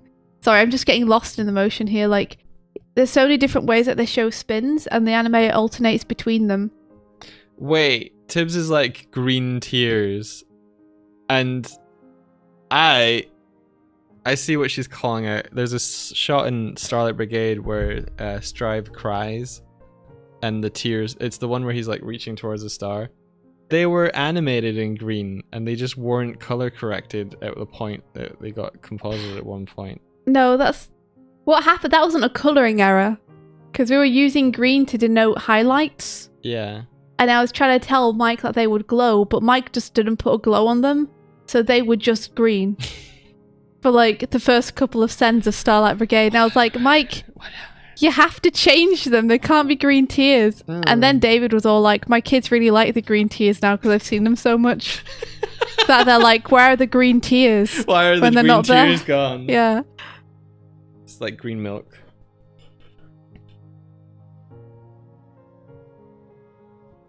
Would you reckon these were colored on acetate? No, this was digitally colored. How do you know? Because by this point in production, Disney had moved over to digital coloring. Okay. That's all. Like, the ink and paint department was shut down before this was ever released. Okay. I think that... Was the Rescuers Down Under the first one to use the ink and paint department? Sorry, not the ink and paint department, the digital paint department. Oh.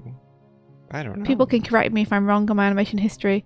So now we're back into these, like, these nice arcs coming on here. Whoop. Yay! That was almost like a heart shape. Here. Yeah. Oh.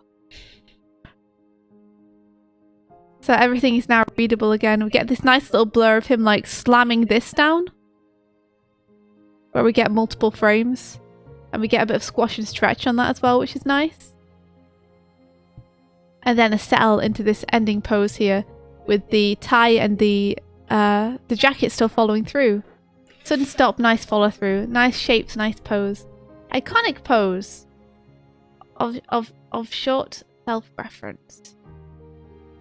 Don't know what that means. PalBro might be able to explain that. Yeah. And there we go. We just keep settling here as it goes up. There he goes. There he goes. Ease out. It matches the music as well.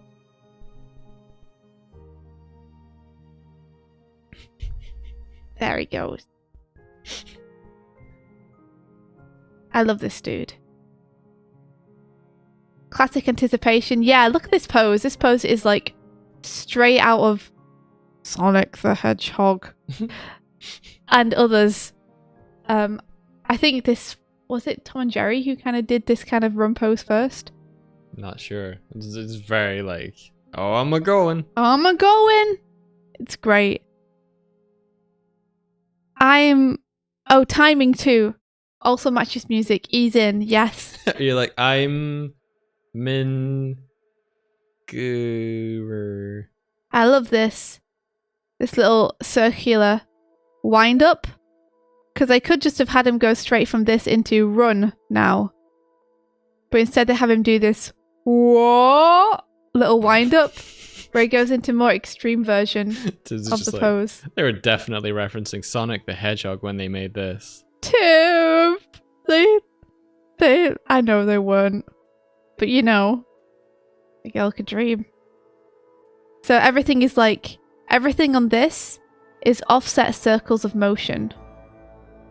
With like the arms being delayed behind everything else. The hips here are the first to move. The foot and the arms drag behind. The head goes mostly up with the motion of the hips.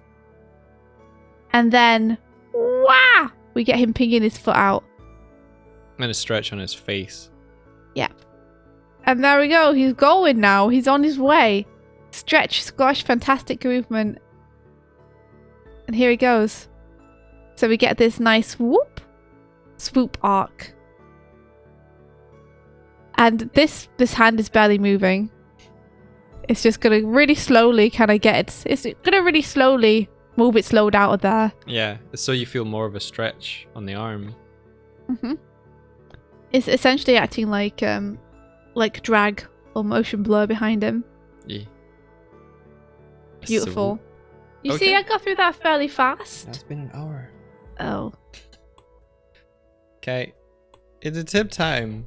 It's tip time! Tip time. Shoop de whoop. Shadow but do. You see, you guys didn't want me doing this yesterday. Can you imagine? Oh my stars. Yeah, you would have went into the afternoon. I have a lot of messages. Wait. The bot worked. Really? Did someone call the bot or did it only like just... Alright, cool. There you are. Animatoonings challenge. Finally, you have a cookie, trash bot. Have a cookie. Fine, don't have a cookie.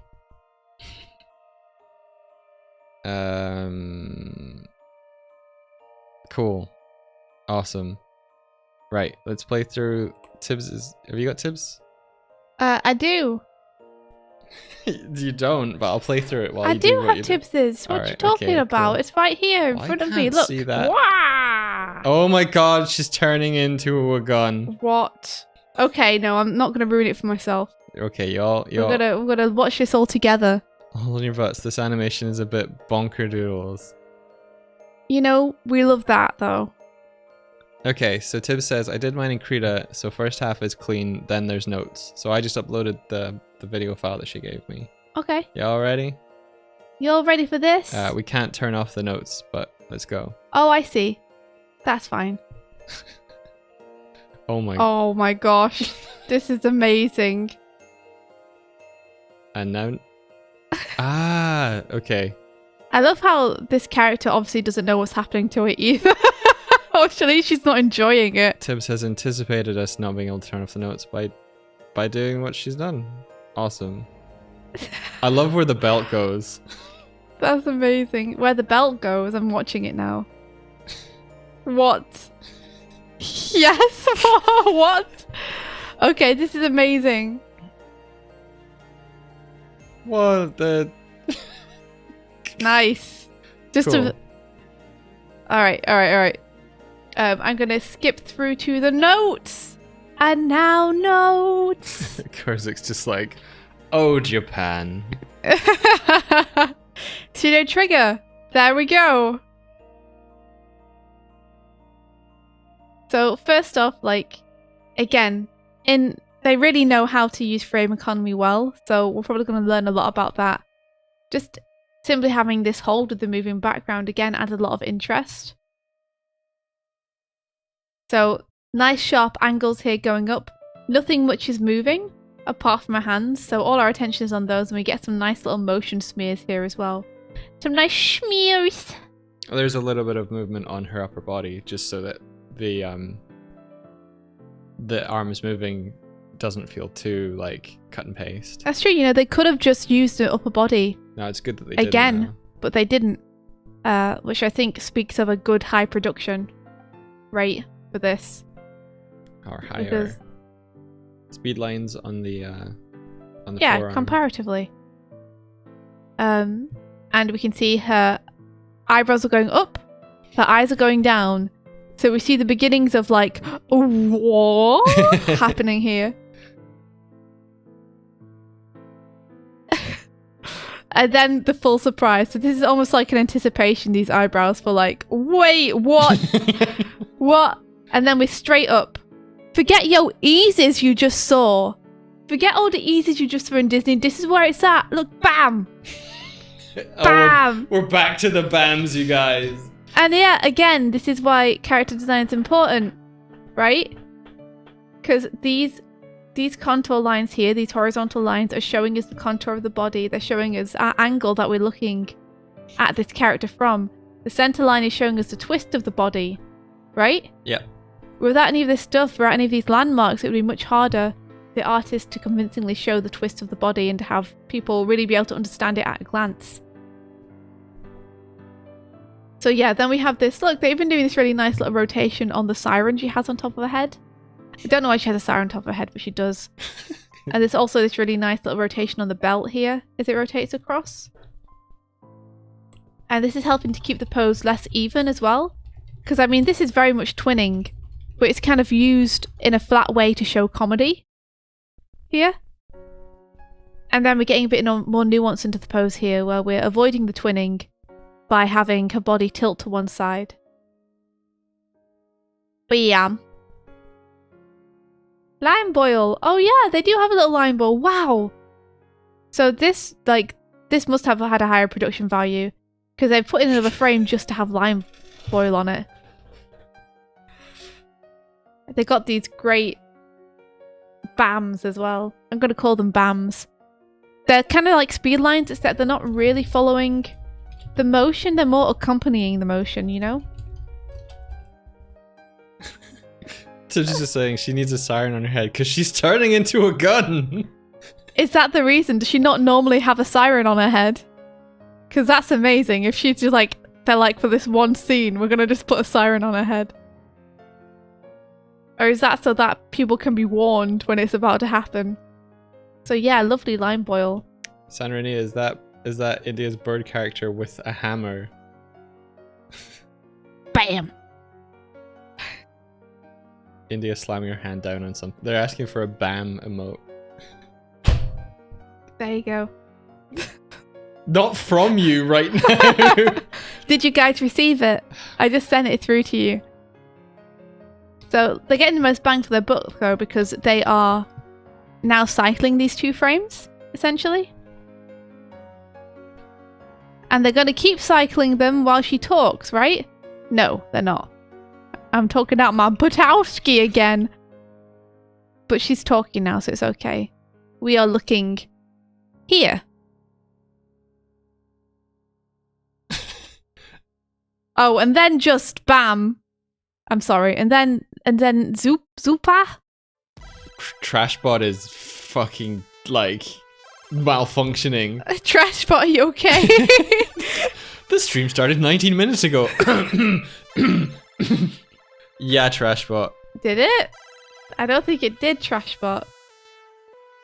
At least I got the emotes to work. So this top layer is all one thing, and then we have this overlay where suddenly this comes out.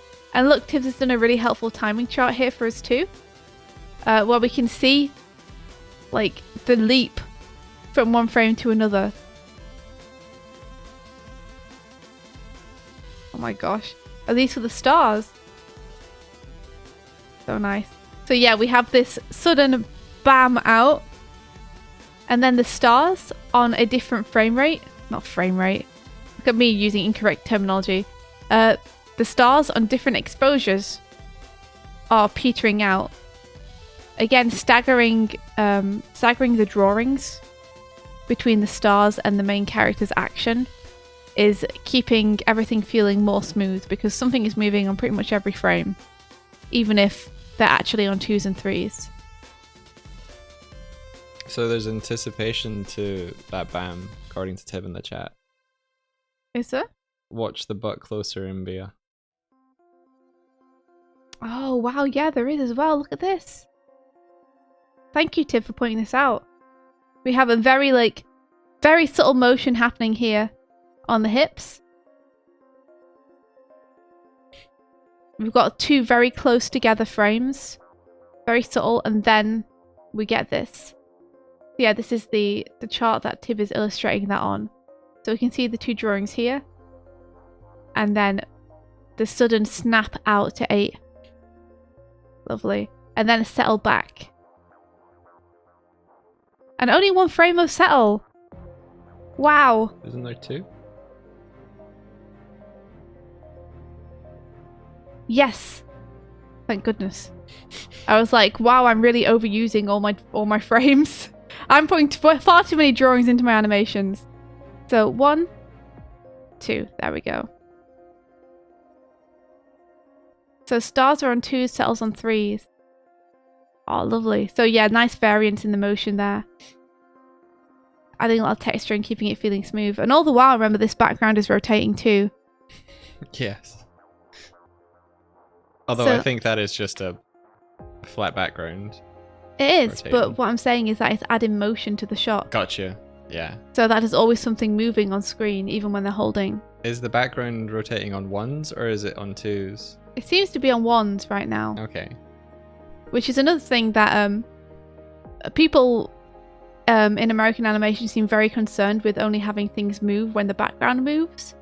Whereas, as far as I've seen in Japanese studios, that's less of the case. They're not really concerned about having movements in backgrounds on 1s. Because of the staggering they do in their frames, they can get away with it. Gotcha. Like, there's lots of haiku shots I've looked at where they're running around the scene and the camera's tracking them, and the background's just moving when the frames aren't. Okay. Cool. Like, normally you'd be told to stamp that shit out, but... So yeah, we get a blink to change emotion. So blinks are great for showing thought process. You can see here she's gone from looking ahead and being like, what the heck is going on, to like actually looking at what's happening to her. Really nice expressive face too. This is why big eyes are important and really clear, easy to read expressions. Oh, look at that nice little ease as well on the eyes. That's lovely. Just spending the frames where it's going to give you the most bang for the buck. And then we get the beginning of some kind of effects animation happening here. Here we go. Small spacing, yeah. So there's like a real ease happening here. And then do we get anticipation before this? No, it just starts happening. Yep, here we go. She's splitting apart now, people. She's splitting apart and the entire body is moving now. Which is great. We're getting that rotation on the belt. we're getting these lines like bulging out to show us the seams here. And then bam, her chest opens. Yep. And look at the spacing here. So we have a sudden snap to this, and then the spacing goes smaller again. Oh my gosh, look at that. Big spacing. Yeah, so Tib is again calling out small spacing here. Big spacing. Bottom threes. She's like a Pez dispenser. Lovely use of foreshortening too with the hands. Like we see it start to go this way, a backhand. And then that arc continues round here. Oh, I see. Yeah, really nice. Hey Habbo, how's it going, dude? Hey Habbo. A nice like drawing too here on the trigger at the back. I guess they call it the hammer on a gun. What you cock the gun with? Maybe, yeah. Yeah, well, the hammer is, yeah. It looks like a spur, so I'll call it a spur for now. Really nice drawing on the perspective there to show that that is changing in perspective. Oh my gosh, the spacing is so big. Look at this, guys. Wham! Wham! There's really Wham! is no indication of that. But look, it's going on an arc. We're getting this over arc here where it settles down.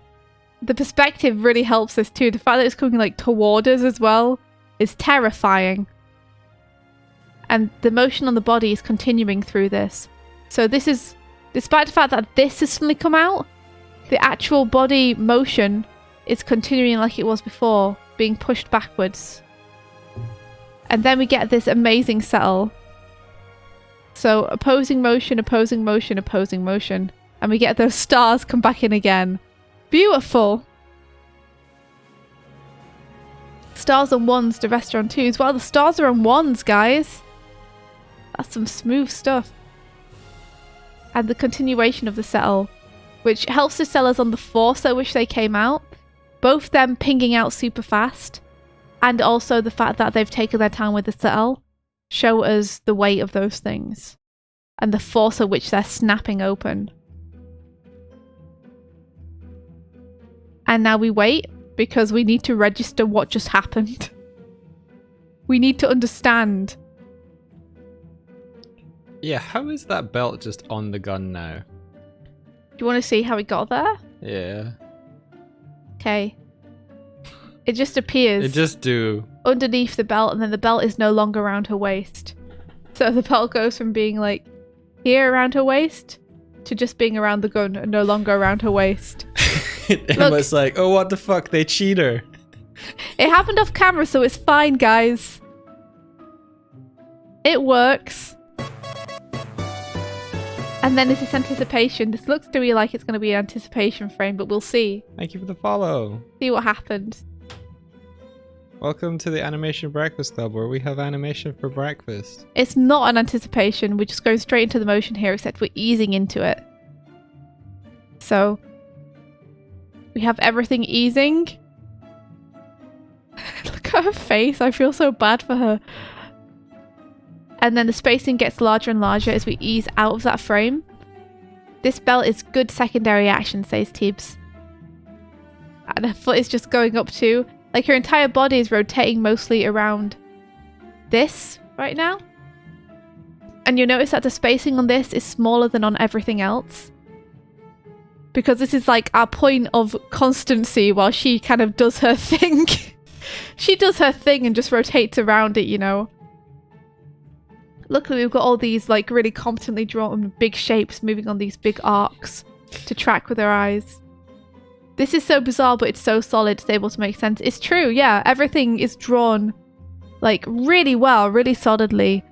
Good volume control, good drawing. It's so ridiculous. This is where realism and surrealism meet, guys. Is in anime. If you want to draw good anime, you have to know how to draw very sensible objects very well. So when you have to draw a girl turning into a gun... You got to prepare.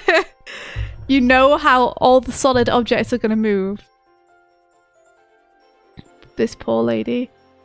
Here she goes. Look again. Look at the the lovely arcs all happening on this back spur here, and the way that it's so competently drawn in perspective. Alright, I'm gonna have to start doing that stuff for the... I was gonna be working on the Blender thing the whole time, but... And then this is an overshoot. And she bounces back up here. You know what? I'm gonna get the tablet and watch you on that while I'm doing that. Okay. And the settle back from that overshoot, super nice. And we see that the settle continues with the belt. As Tib was saying, this is really good at showing the force of the motion that just happened, because the momentum continues with the hanging objects, which are, in this case, the belt. And then what have we got here? Is this going to be an anticipation or something else happening? Oh gadzooks. So we're easing into something again here. We can see that this is starting to go forward and... Ah! He's not gonna get away with this! Ha! Thank you very much for the raid. Thanks, Rolando. Hey, good morning. We're looking at Tibbs's chosen animation that she did an analysis of. Analysis. That's how you say that word. So we have like this slight stretch out here. Imagine raiding while this is on screen. And then yeah. Again we have this pop. Tib is like, why did this even pop out? Looking at the spur. I don't know. Solidity and arcs. It has such a pleasing arc. The way it rotates around. Look at that. It's beautiful. It's lovely. And then I guess it's folding up along her side to become the gun hammer. But yeah, here we go. So she's stretching. She's stretching out in anticipation. And then, yeah, we get this leg break, which is breaking, by the way, the wrong way for a leg to break. But it's fine. Like, we're a bit more detached from the legs now. We can't really see which way they're meant to be around to begin with, so it's okay. Yeah, we get this pop of her going forward. Oh, wow, cool.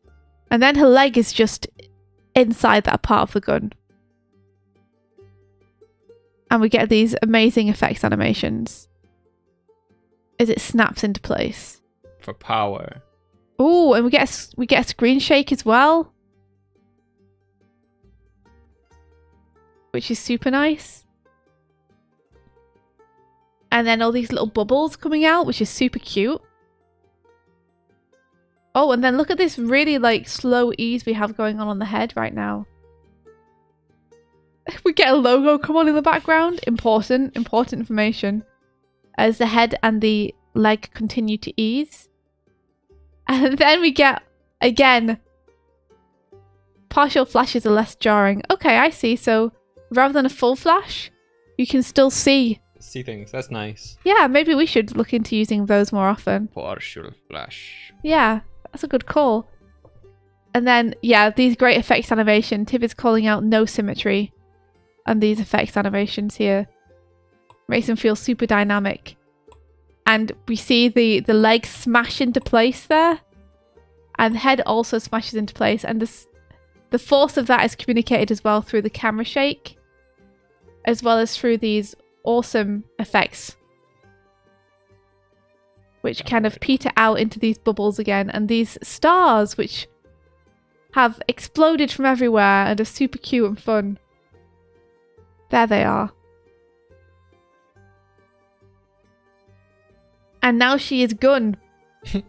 Visual blink, face squash and stretch. Yes. You gotta get that character reaction in the end there where, wah! What just happened to me? I have become gun. Okay. So cool. Oh, what a beautiful piece of animation. So much solid drawing, and also like just the rate of motion and everything is so varied and so fun. Like things don't tend to ease for more than like 3 drawings or so. So again, they're really masterfully using the spacing here and where they're putting their frames to get the most out of it, because it feels very smooth and convincing. But the frames they're using are relatively few, even for the slower motions. But why is she gone? Why, India? But why not? Why is she gone? It's awesome. It's really awesome. Just having all these motions offset as well. I'm just looking at the belt now. Yeah, lovely. Just having all these motions offset as well just makes it so much more interesting to watch. That little hip anticipation. That's so satisfying, the timing of that. Like, wah, boom. Super fun. Thor says, who needs kung fu when you have I'm a hecking gun, yo? Yes. And then I think we're on to the final one, Mike. Thank you very much for analysing this, Tib. This is amazing. Also, I kind of want to watch this now. What's this from? Luluco Space Patrol, I think? Yeah, Luluco Judgment Gun Morphing.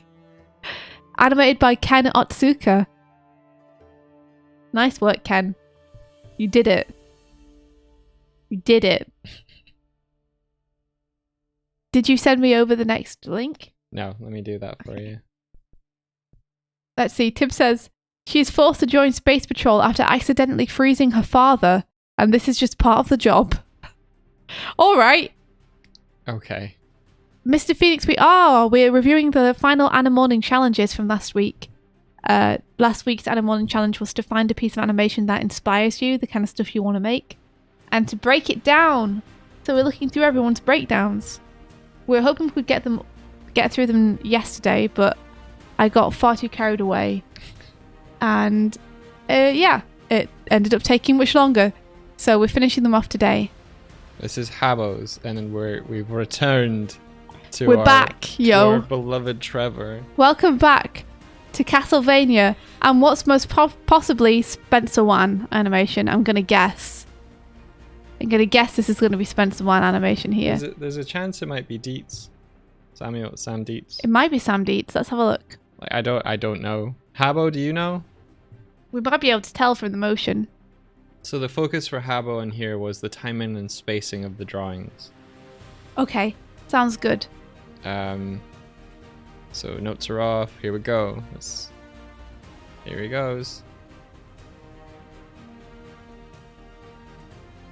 Yeah, I don't know who this is actually. This isn't Spencer. I can tell that much. Super cool. Oh my goodness, that chain! Someone animated that chain, guys. How did they actually animate that chain? Can we just stop for... How did they actually animate that chain? Look at that chain. Look at this. Do you think they used a brush? It might have been a chain brush, yeah. They must have, right? It like rotates though along points. I'm not sure then. Look. I mean, you might not be able to see my cursor, so let me draw on it so I can show you. Look, it like flares out here and then goes back in. Did they actually draw each chain link? Well, you can create chain brushes that the more pressure you put on, the larger the link each link is. So potentially that, but there's rendering on each link. I'm trying to see whether they look similar. Then potentially it was like Doodle Carl says they might have used rig, like a bendy rig in Toon Boom. There must have been something. Why they can't have drawn this chain? They can't have drawn this chain. I never thought about it before. We could ask Patrick. We could ask Patrick. We need to ask you about the chain. Okay, so let's have a look through Habbo's notes. Cool. And if you see in the bottom left corner of our stream now, this is me trying to prepare the video footage for this week's challenge, which is to well, Indy will tell you after this, but I will just letting you know that's why that's there. Briny, who is our lead cleanup artist on Mystic Crystal, says they didn't draw it. It's too perfect. I think you're right. They must have just drawn where they wanted the chain to be, right? And then later on, done something. Yeah. Done something. So here's 3s. So this motion is on 3s. And you can see here, same thing as with anime. They don't care about not moving the character and moving the background. It's fine. That background is 3D. Yes. So cool. Sure is. I really like that it feels painted though. So we're on 3s here. Close spacing, yeah. So I'm assuming Trevor's meant to be running here. And he's moving first to the left away from the camera, then to the right closer to the camera. Wide spacing, so it's almost like an ease. Close spacing again. Wider spacing again. So we're essentially getting an up. Trying to break down what's happening here. We're essentially getting an up with close spacing, and then a down with wider spacing. Then an up with closer spacing, and then a down with wider spacing. Up with closer spacing, down with wider spacing. And that's his kind of run cycle. And while he's doing that, I think is he preparing to use his whip? We'll see, I guess. Yeah, pulling that arm back. You can see he pushes it forward there. Super large motion. Whoo, bam. And then we start to see the chain travel round, being dragged by that motion. And we see his shoulders start to rotate back thanks to this waistcoat part here rotating backwards. We can see that his shoulder is also rotating backwards. Pulling the chain with it, and then we popped this, which is him pulling the chain back, preparing to do something, anticipation. 25 to 31 frames, 2 drawings of anticipation here, with wide spacing. He's going down, he's looking up at what he's about to attack. I see you. Is he going to lunge toward the camera? Trevor, no! I didn't mean it! Look at this beautiful pose. Like, it's really clear what all the construction is of the character here. Like, such beautiful drawings. So he's going down. This is the second part of anticipation. He's coming closer to us, and his arm is starting to push out, preparing to make presumably a swing of some kind. Here it goes. Yep, it's swinging. And he's looking toward us. And he's going to swing toward us too. Holy shit. Trevor, we're sorry. It's too late for you. That's what Trevor's saying. I love it when they do this. Where they have emotion. Where they kind of pull back from camera and lean back. So yeah, look at this lovely wide spacing. And also look at this lovely arc that his head travels on through this entire motion. Save me from myself, guys. It sensed that we were looking at Habbo's analysis, and it was like, I'm going to play the song. Great for shortening here as well.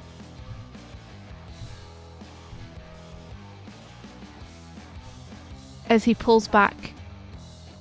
And then this powerful pose of straight. Again, power is in straights. And the chain is being pulled afterwards up this way, and we get this great motion blur with it as well. And we also get the follow through now on Trevor's, I wouldn't call it cape, I guess his, what do you call it? The stuff that you have around your waist in Monster Hunter. I'm not sure what the technical term of that is. Around his robe, I guess. His robe is pulled after him. His booty cape. Yeah. And we're showing, like, beautiful dimensionality here with the face, too. Like, we've got this lovely low angle of the head. And then he's kind of looking more or less straight on at us. And then we get this lovely high angle here, which Habbo has called out 100%. He's tracking all the motion with these yellow arrows here.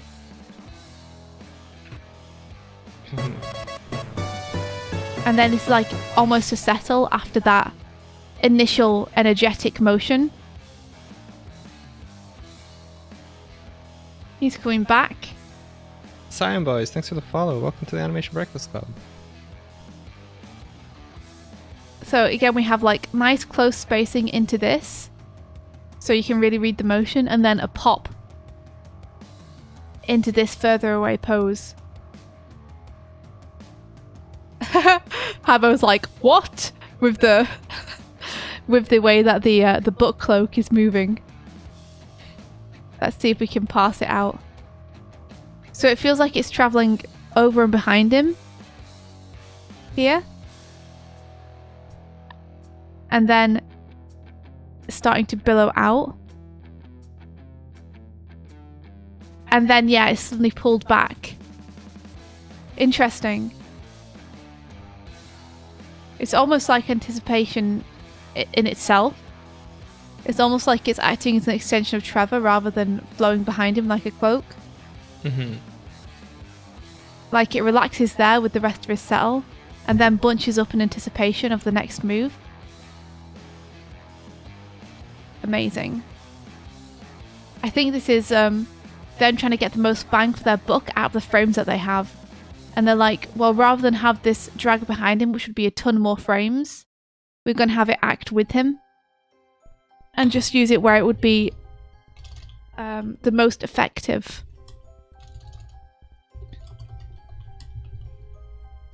So lovely art is coming around of the hands here. And then this lovely, powerful pose here. Amazing. Where he crosses his body over. And look at these, like, these are key poses, right? If I saw these, I'd be like, these need in-betweens. Like, this pose is a key, this pose is a key, this pose is a key. Or maybe this pose is a key, and this pose is a key. But this pose is a breakdown. But no, it's just, these are the 3 drawings that they've used. And they've just used these drawings, and they work beautifully. You know? What you can get away with if you have exciting communicative drawings. Put it this way, if your drawings communicate a lot of motion in them anyway, if your drawings communicate overlap, they communicate direction, they communicate intent, emotion, and motion, then you don't necessarily need 5 other drawings between that and the next drawing to tell people what's happening. Like, how good are your keys? I guess a good way to put it is how many drawings are your keys worth?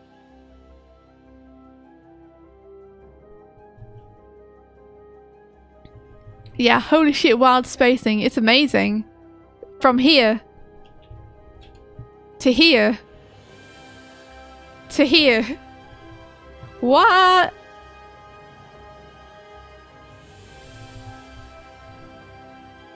Yeah, that's wild. That's wild. It's great though, isn't it? I think mostly because the thing we're looking at isn't Trevor's hand. We're looking at his head and his face. And his head spacing isn't as wild as the rest of him. Again, his body feels like nice and constant as well. It's mostly in the same place, especially the same place on screen. It gives us this kind of base of solidity while all this crazy stuff is happening over the top. It's almost like a settle. Yeah, this close spacing here. As he just stretches out and everything follows through. And here we're getting that really nice cloak follow through.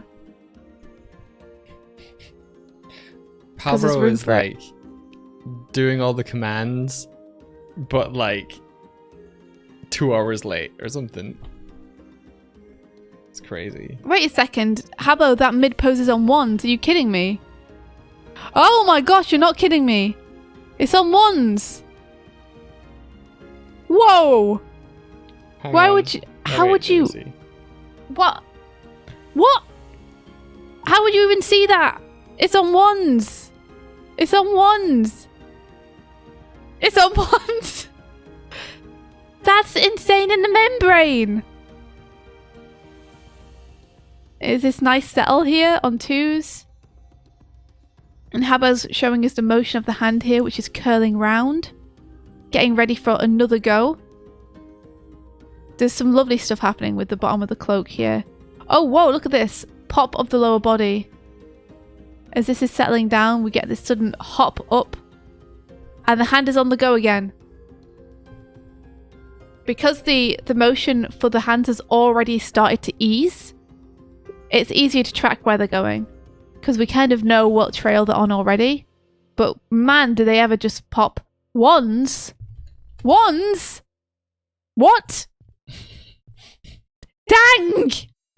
Dang is right. This is a one. These are both ones. Why? Why? This is amazing. Hot damn. Look at this. This lovely follow through on the cape here at the bottom. The motion of the hands continuing. The hand flipping over here. Like, whoever did this knew what they were doing with the body mechanics here. Okay. Oh, we get to see the end of it actually come through. Hello, end of whip. I haven't seen you in a while. It's interesting. And then this push down here, which is really interesting to me too, because it doesn't necessarily feel like it goes with the rest of the motion. Unless he's just landing or something. You know? Sometimes you look at a piece of animation, and I'm meaning you as in the royal you, as in people in general. But I'll just speak for myself. Sometimes I look at a piece of animation and I can't actually really parse what's happening in my brain. Because the animation is it's so far of a level above where I am right now that I can't understand the decisions behind it. And it feels like I'm getting to this with these Castlevania animations. It's like, there's just things about them that I couldn't explain to you if I tried. Because they're so far above my own skill level that I don't know what I don't know. Oh, I see. So the reason he's going down here is because we're starting this kind of circular motion where Trevor is looping back. And this is a start of that like deadening of momentum as he pushes backwards across frame. So that's why that's happening. So he's moving away from us and backwards in space. Or rather, the camera is moving him that way. We're like almost rotating around him a little bit. And that's why that down is there. So it's because now we're backing up. Tib says, Patrick talked about this a while ago. Frames don't always need to read. They can just exist to carry the motion. That's amazing. Like, I wish I could utilize that deliberately within my own work. Yeah, it's amazing. And this bright flash of light as it whips past the camera as well. Beautiful. Let's watch it again now that we've gone through it. I want to see those ones. I think Trashbot's just existing in their own time zone. I can't even see them. They work so well. Wow, they work amazingly, don't they? That run as well. Like, it looks amazingly smooth considering that it's mainly just like ups and then down with the crosses. Is that a cycle? Is it a cycle? That is the same as that? That is the same as that? Yes, it is. It's a cycle. I was going to say. Except the chain is different. They didn't reuse the chain, which is interesting, even though the chain's in the same position. But you can sort of see here how the chain brush works a little bit. Let me see if I can get that right. Yeah, there you are. We're seeing how the chain brush works a little bit here.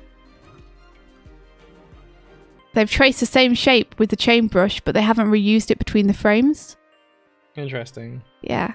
They must just have forgotten.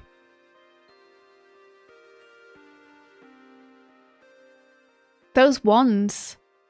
I can barely read them, but they just work. They just like get the motion from one place to another. It's amazing. It's beautiful. Wow. Don't know who animated this, but they did an incredible job. I want to do something with wands like that. Super strong poses on wands that just act as bridges between other frames. You think if those wands didn't exist, the arcs wouldn't read. I'd love to see this with the wands cut out. Just to know. Yeah, just to see. Look how he's anticipating this forward movement with his head as well. Everything is like, wow, so well done. Holy crapoli. Yeah, this is definitely the kind of animation I want to be able to make. Beautiful stuff. Oh, so good. Hot damn. Josie, this is like, I could look at this all day, which is why I take so long to do it. I hope this is fun for you guys and not just a terrible ordeal that you have to endure. Am I okay to hit play on the next one, Mike, or would you like to press play? Oh no, you go for it. I think it was playing through okay. Okay, let's have a look at this one. What is happening? He's doing cool stuff with his whip. Let's look at how he does it. Okay, one more time.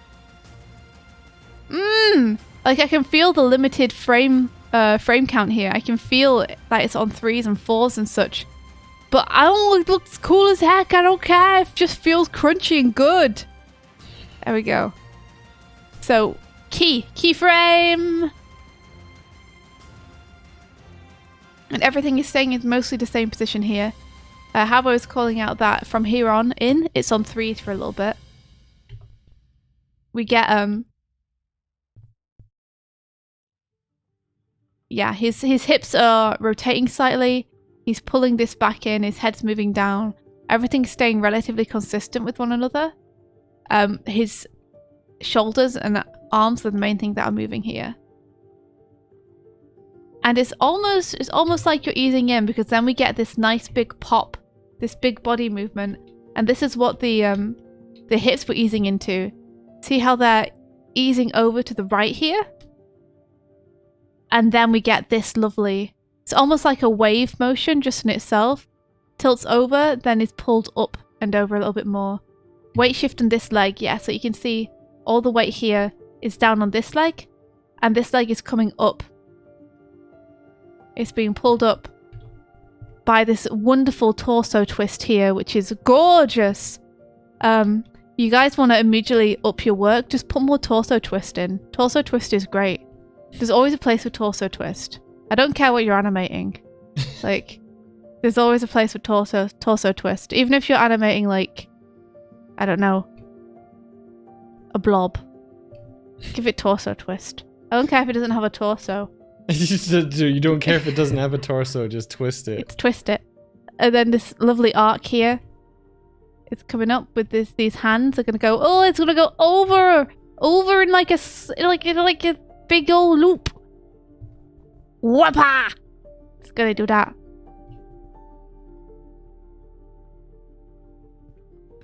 Arms are crossing over. Wow, there's so much happening here. Okay, let's see. So he's lifting up on that foot and putting the weight onto it as he's pulling this chain out and getting ready to fling it. And then we're getting this great circular motion happening with the head, where he's anticipating lunging forward to the left with his head here, but his body is still like moving up. And this is his weight beginning to plant on this leg. Tim says that Luluco shot had plenty of torso twist. It sure did. It sure did. So now his weight is more evenly on both legs, maybe favouring a little bit on the front leg here.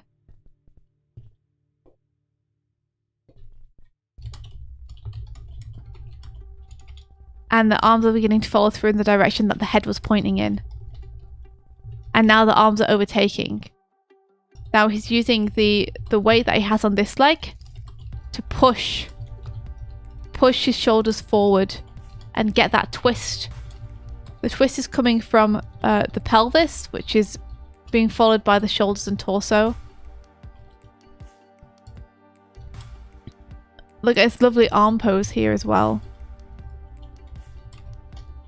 Yeah, and Habbo's saying it's place the leg down there.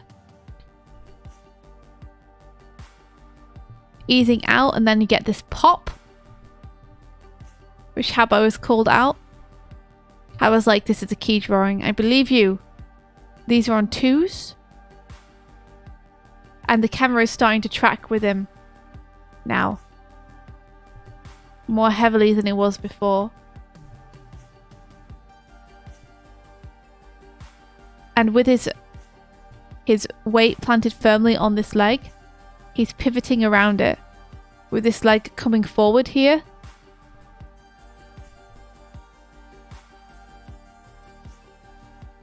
Getting that lovely torso twist.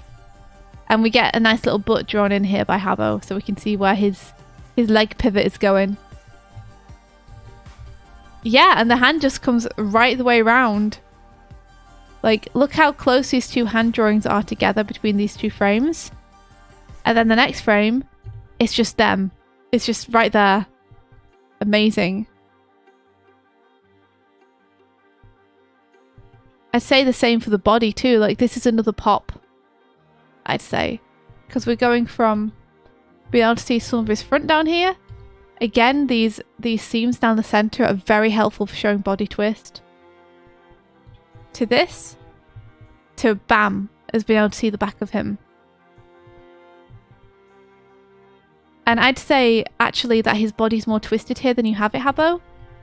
I think that this might be doing double duty in showing us the leg, but we'll see,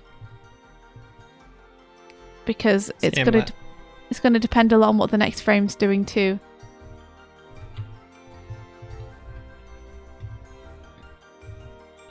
Here we are. And he's stepping.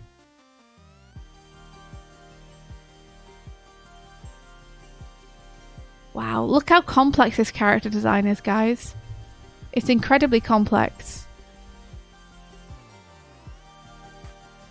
Wow. And the hand is going right across again.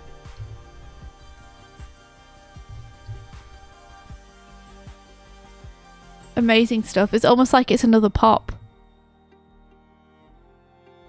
And how many frames is this on for? 3s. 1, 2, 3. 1, 2, 3. Again, it's almost like just key poses here, or breakdowns rather.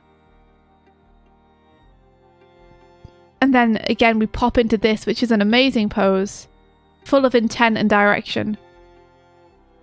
With all of this energy, potential energy coiled up in his arms, which are crossed. He compresses. It's interesting to see this in comparison to the line drawings from earlier, because you're seeing how they've realized maybe some of those like indications in line, how they've had to like light color and render those. Does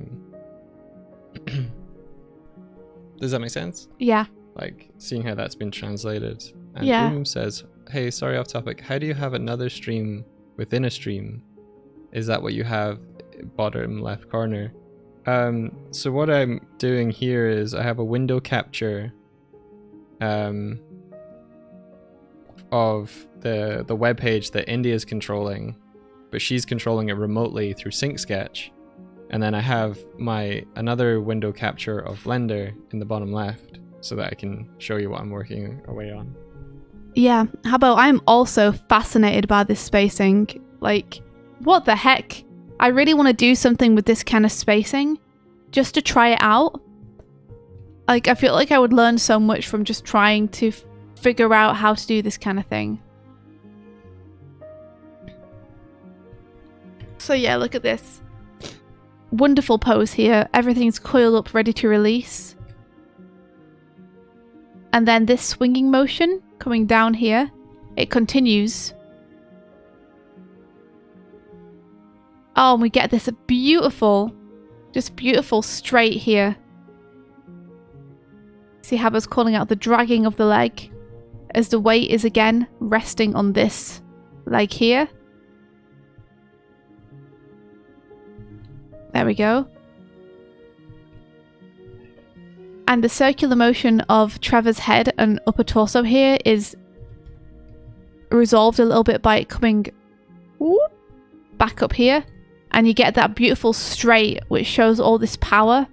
And is also, like, that's a pop. Right there. But there's so much energy in it, you know?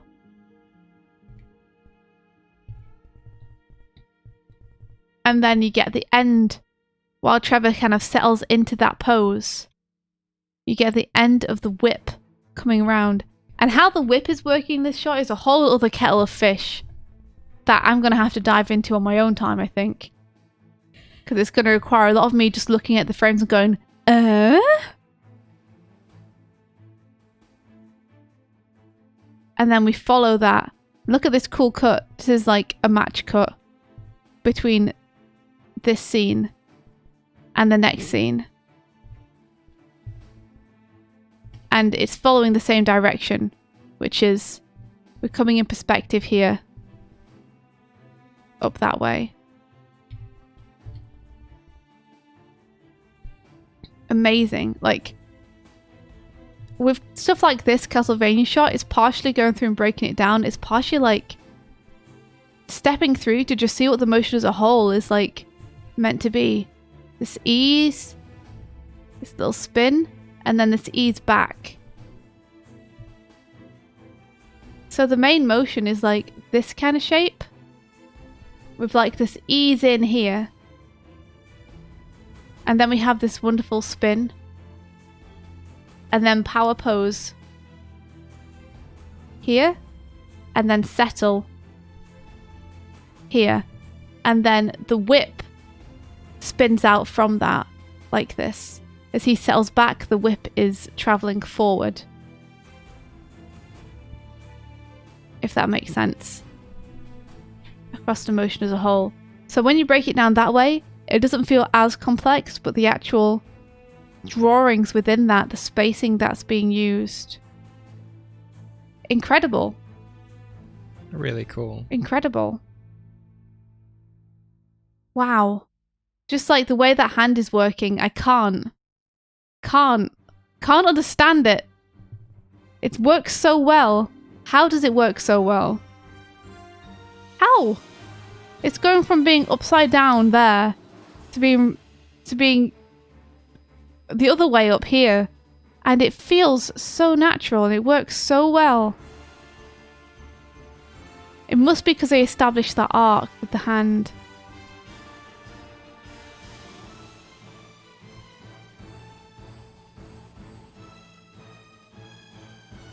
Wow. So good. It's so good. Alright. I'm gonna stop just watching it back and forth. It's so good. The whip is breaking physics big time, says Enigmatic Amelia. I bet you're right. I wasn't even looking at the whip. What's the whip doing? What are you doing, whip? The whip's just like wherever it wants to be is where it is. Wow. I love the way he folds it around his body. I don't care who you are, that's hot. Alright. Look at that animation. It's amazing. Wow. Okay. Right. Okay. Yeah. Cool. This is cool. Wow. Okay. Yeah. Alright. I will stop looking. I promise. It's so hypnotic. Wow. You could totally just track the arcs of this whip, though. Like, everything is related to what his body's doing. It's like an extension of his own movement. Just on a delay. It's wonderful. Wow. Wow, though, guys. Wow, okay. Wow. Nice job, Habbo. It's amazing seeing you break down stuff like this.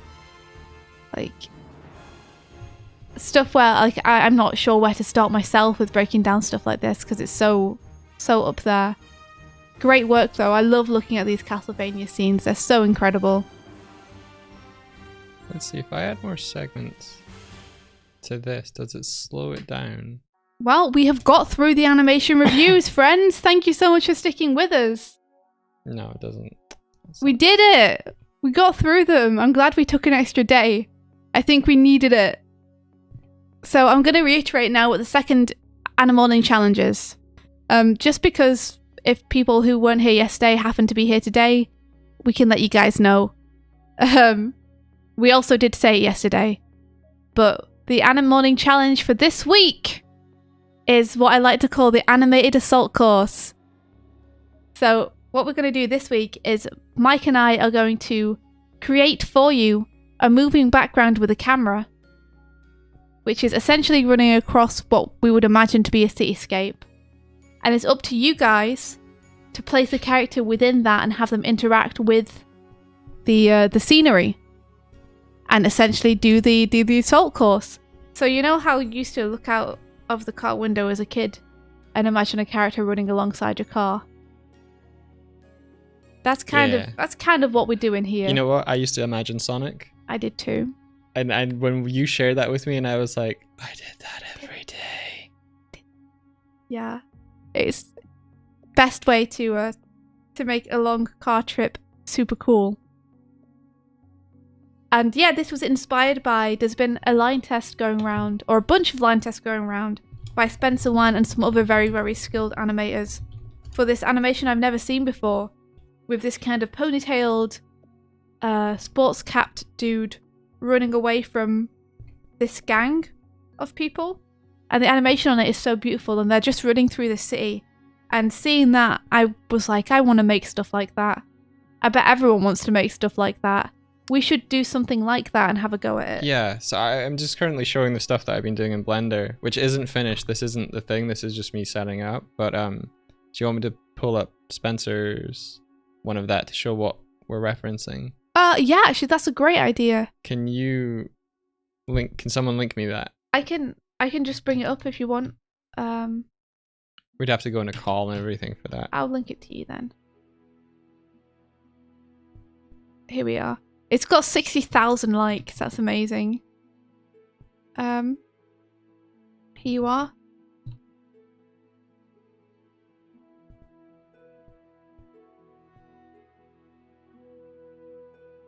Come on. So this is what the inspiration came from for it. And yeah, it's going to be a lot of fun. So you guys will be animating over the video that Mike and I give you. And we'll be posting that on social media at some point today. And we'll post it in the peg bar as well for people who are in the peg bar. So let's see. This goes here. And this goes here. This goes here. Habo says, is it possible to make a grid visible on the object just for help with perspective? It is, yeah. What I'll do is I'll add, let me see. I'll add grid textures. Oh, thanks, Habo. I'm glad you found it useful. I'm still learning this stuff myself. There we go. Look, there's Habo and Swifty commenting on it. Hey!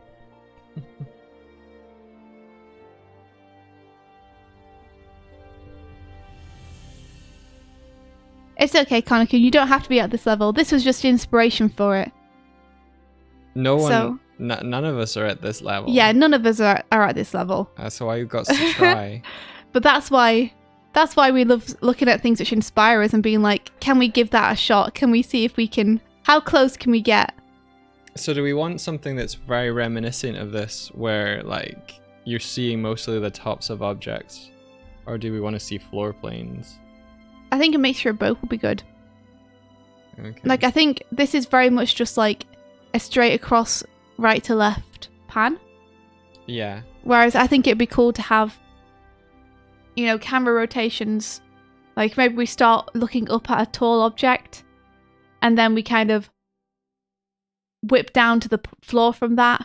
And then we rotate the camera along till like we're facing an object and then we start the pan. Do you want it? Okay, so I've got the tall object coming down onto here, and I've got some objects on a path here. I'm hitting a little bit of an issue in that I can't pace the camera, camera track. so it's kind of linear at the moment. What do you mean you can't paste it? Like ease in and out, so it's kind of going on a track equally spaced. So it's not going to speed up or speed down. That's okay. Like it's not a huge deal if the camera doesn't do that. Yeah. Because it's up to our animators what they do with what they're given. Yeah, so this is what I've got so far. It feels quite far away at the minute. Yeah. From everything is the only thing I'd say. So I've got these. Let me just get rid of these. I was testing to see if I added segments, whether it would slow my roll, but it doesn't. Maybe it does. I don't know. But maybe this is something we should finish off stream. We can do that. I just wanted to see if anybody wanted to have any input into it. But Yeah. I know we're running over time. Yeah, we are, which is why I feel like we should end now so we can, you know, get going on the day jobs that we have. But if you guys do have any thoughts or requests with this, then let us know now and we'll take that into account as we make it. We'll maybe make a Twitter thread or something for it. Mira, though, says, how about something that can be either jumped over or swung under? That'd be a good option for those animating. I like that idea. And hello, Akikula. Yeah, so I've got like these were Rolando's suggestion of having just rails that people could jump on. Cool. They can be at whatever elevation. But I'll make sure the camera feels a bit closer in as well. Amelia says maybe a wall run as well, so give them an option Yeah. for a wall run by having a wall somewhere. There you go. There's your wall run option. I mean, depending on how big that is, it could be very small. Yeah. This is fun though. Pablo mentioned a tube to go through. Like what if we spent some of tomorrow building this together so that it's more collaborative? I don't know. We could. I don't want to delay people because at that point it's Wednesday, which is midweek. Yeah, it's true. So we're shaving off the time people have to actually do the animation. I think it's kind of nice if people just kind of see what they're given and have to run with that rather than...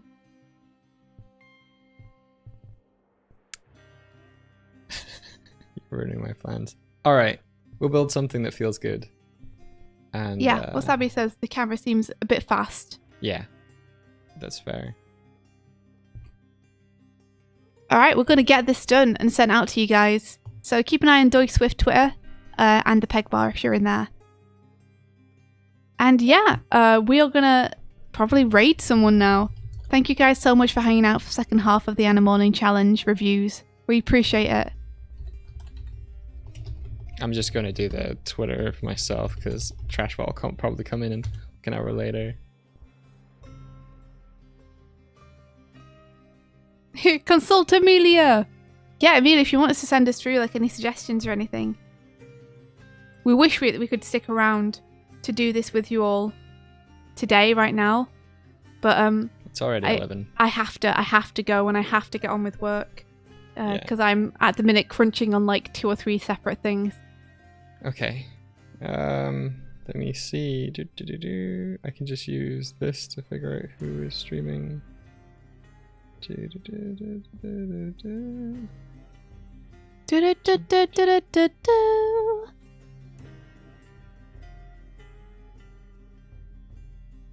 Wow, interesting. These are all like recommended channels of some, like if we didn't have, because I'm not logged in on the iPad, it's just giving me channels. I'm like, oh, I wonder if Swifty subscribed to them, and it's like, no. Yeah, feel free to tweet us if you think of something, Amelia, for sure. Yeah, that'd be amazing. Hashtag it, hashtag Animatorning Challenge, and then it'll get, we'll be able to find it way easier. Tagging us also helps and stuff. You don't want to do it from your computer? So you can see who we follow? Yeah, I do. I do.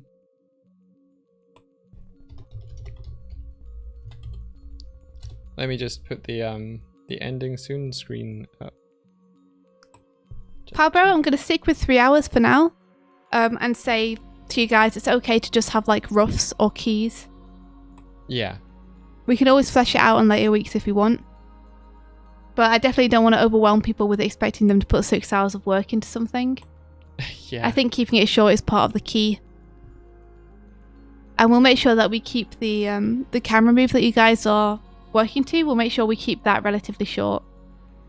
I think I said I was going to raid Caro yesterday, so I'm going to do that. Caro's a really cool illustrator. And in the evenings, I think she streams games also. But she's a lot of fun. So let me see.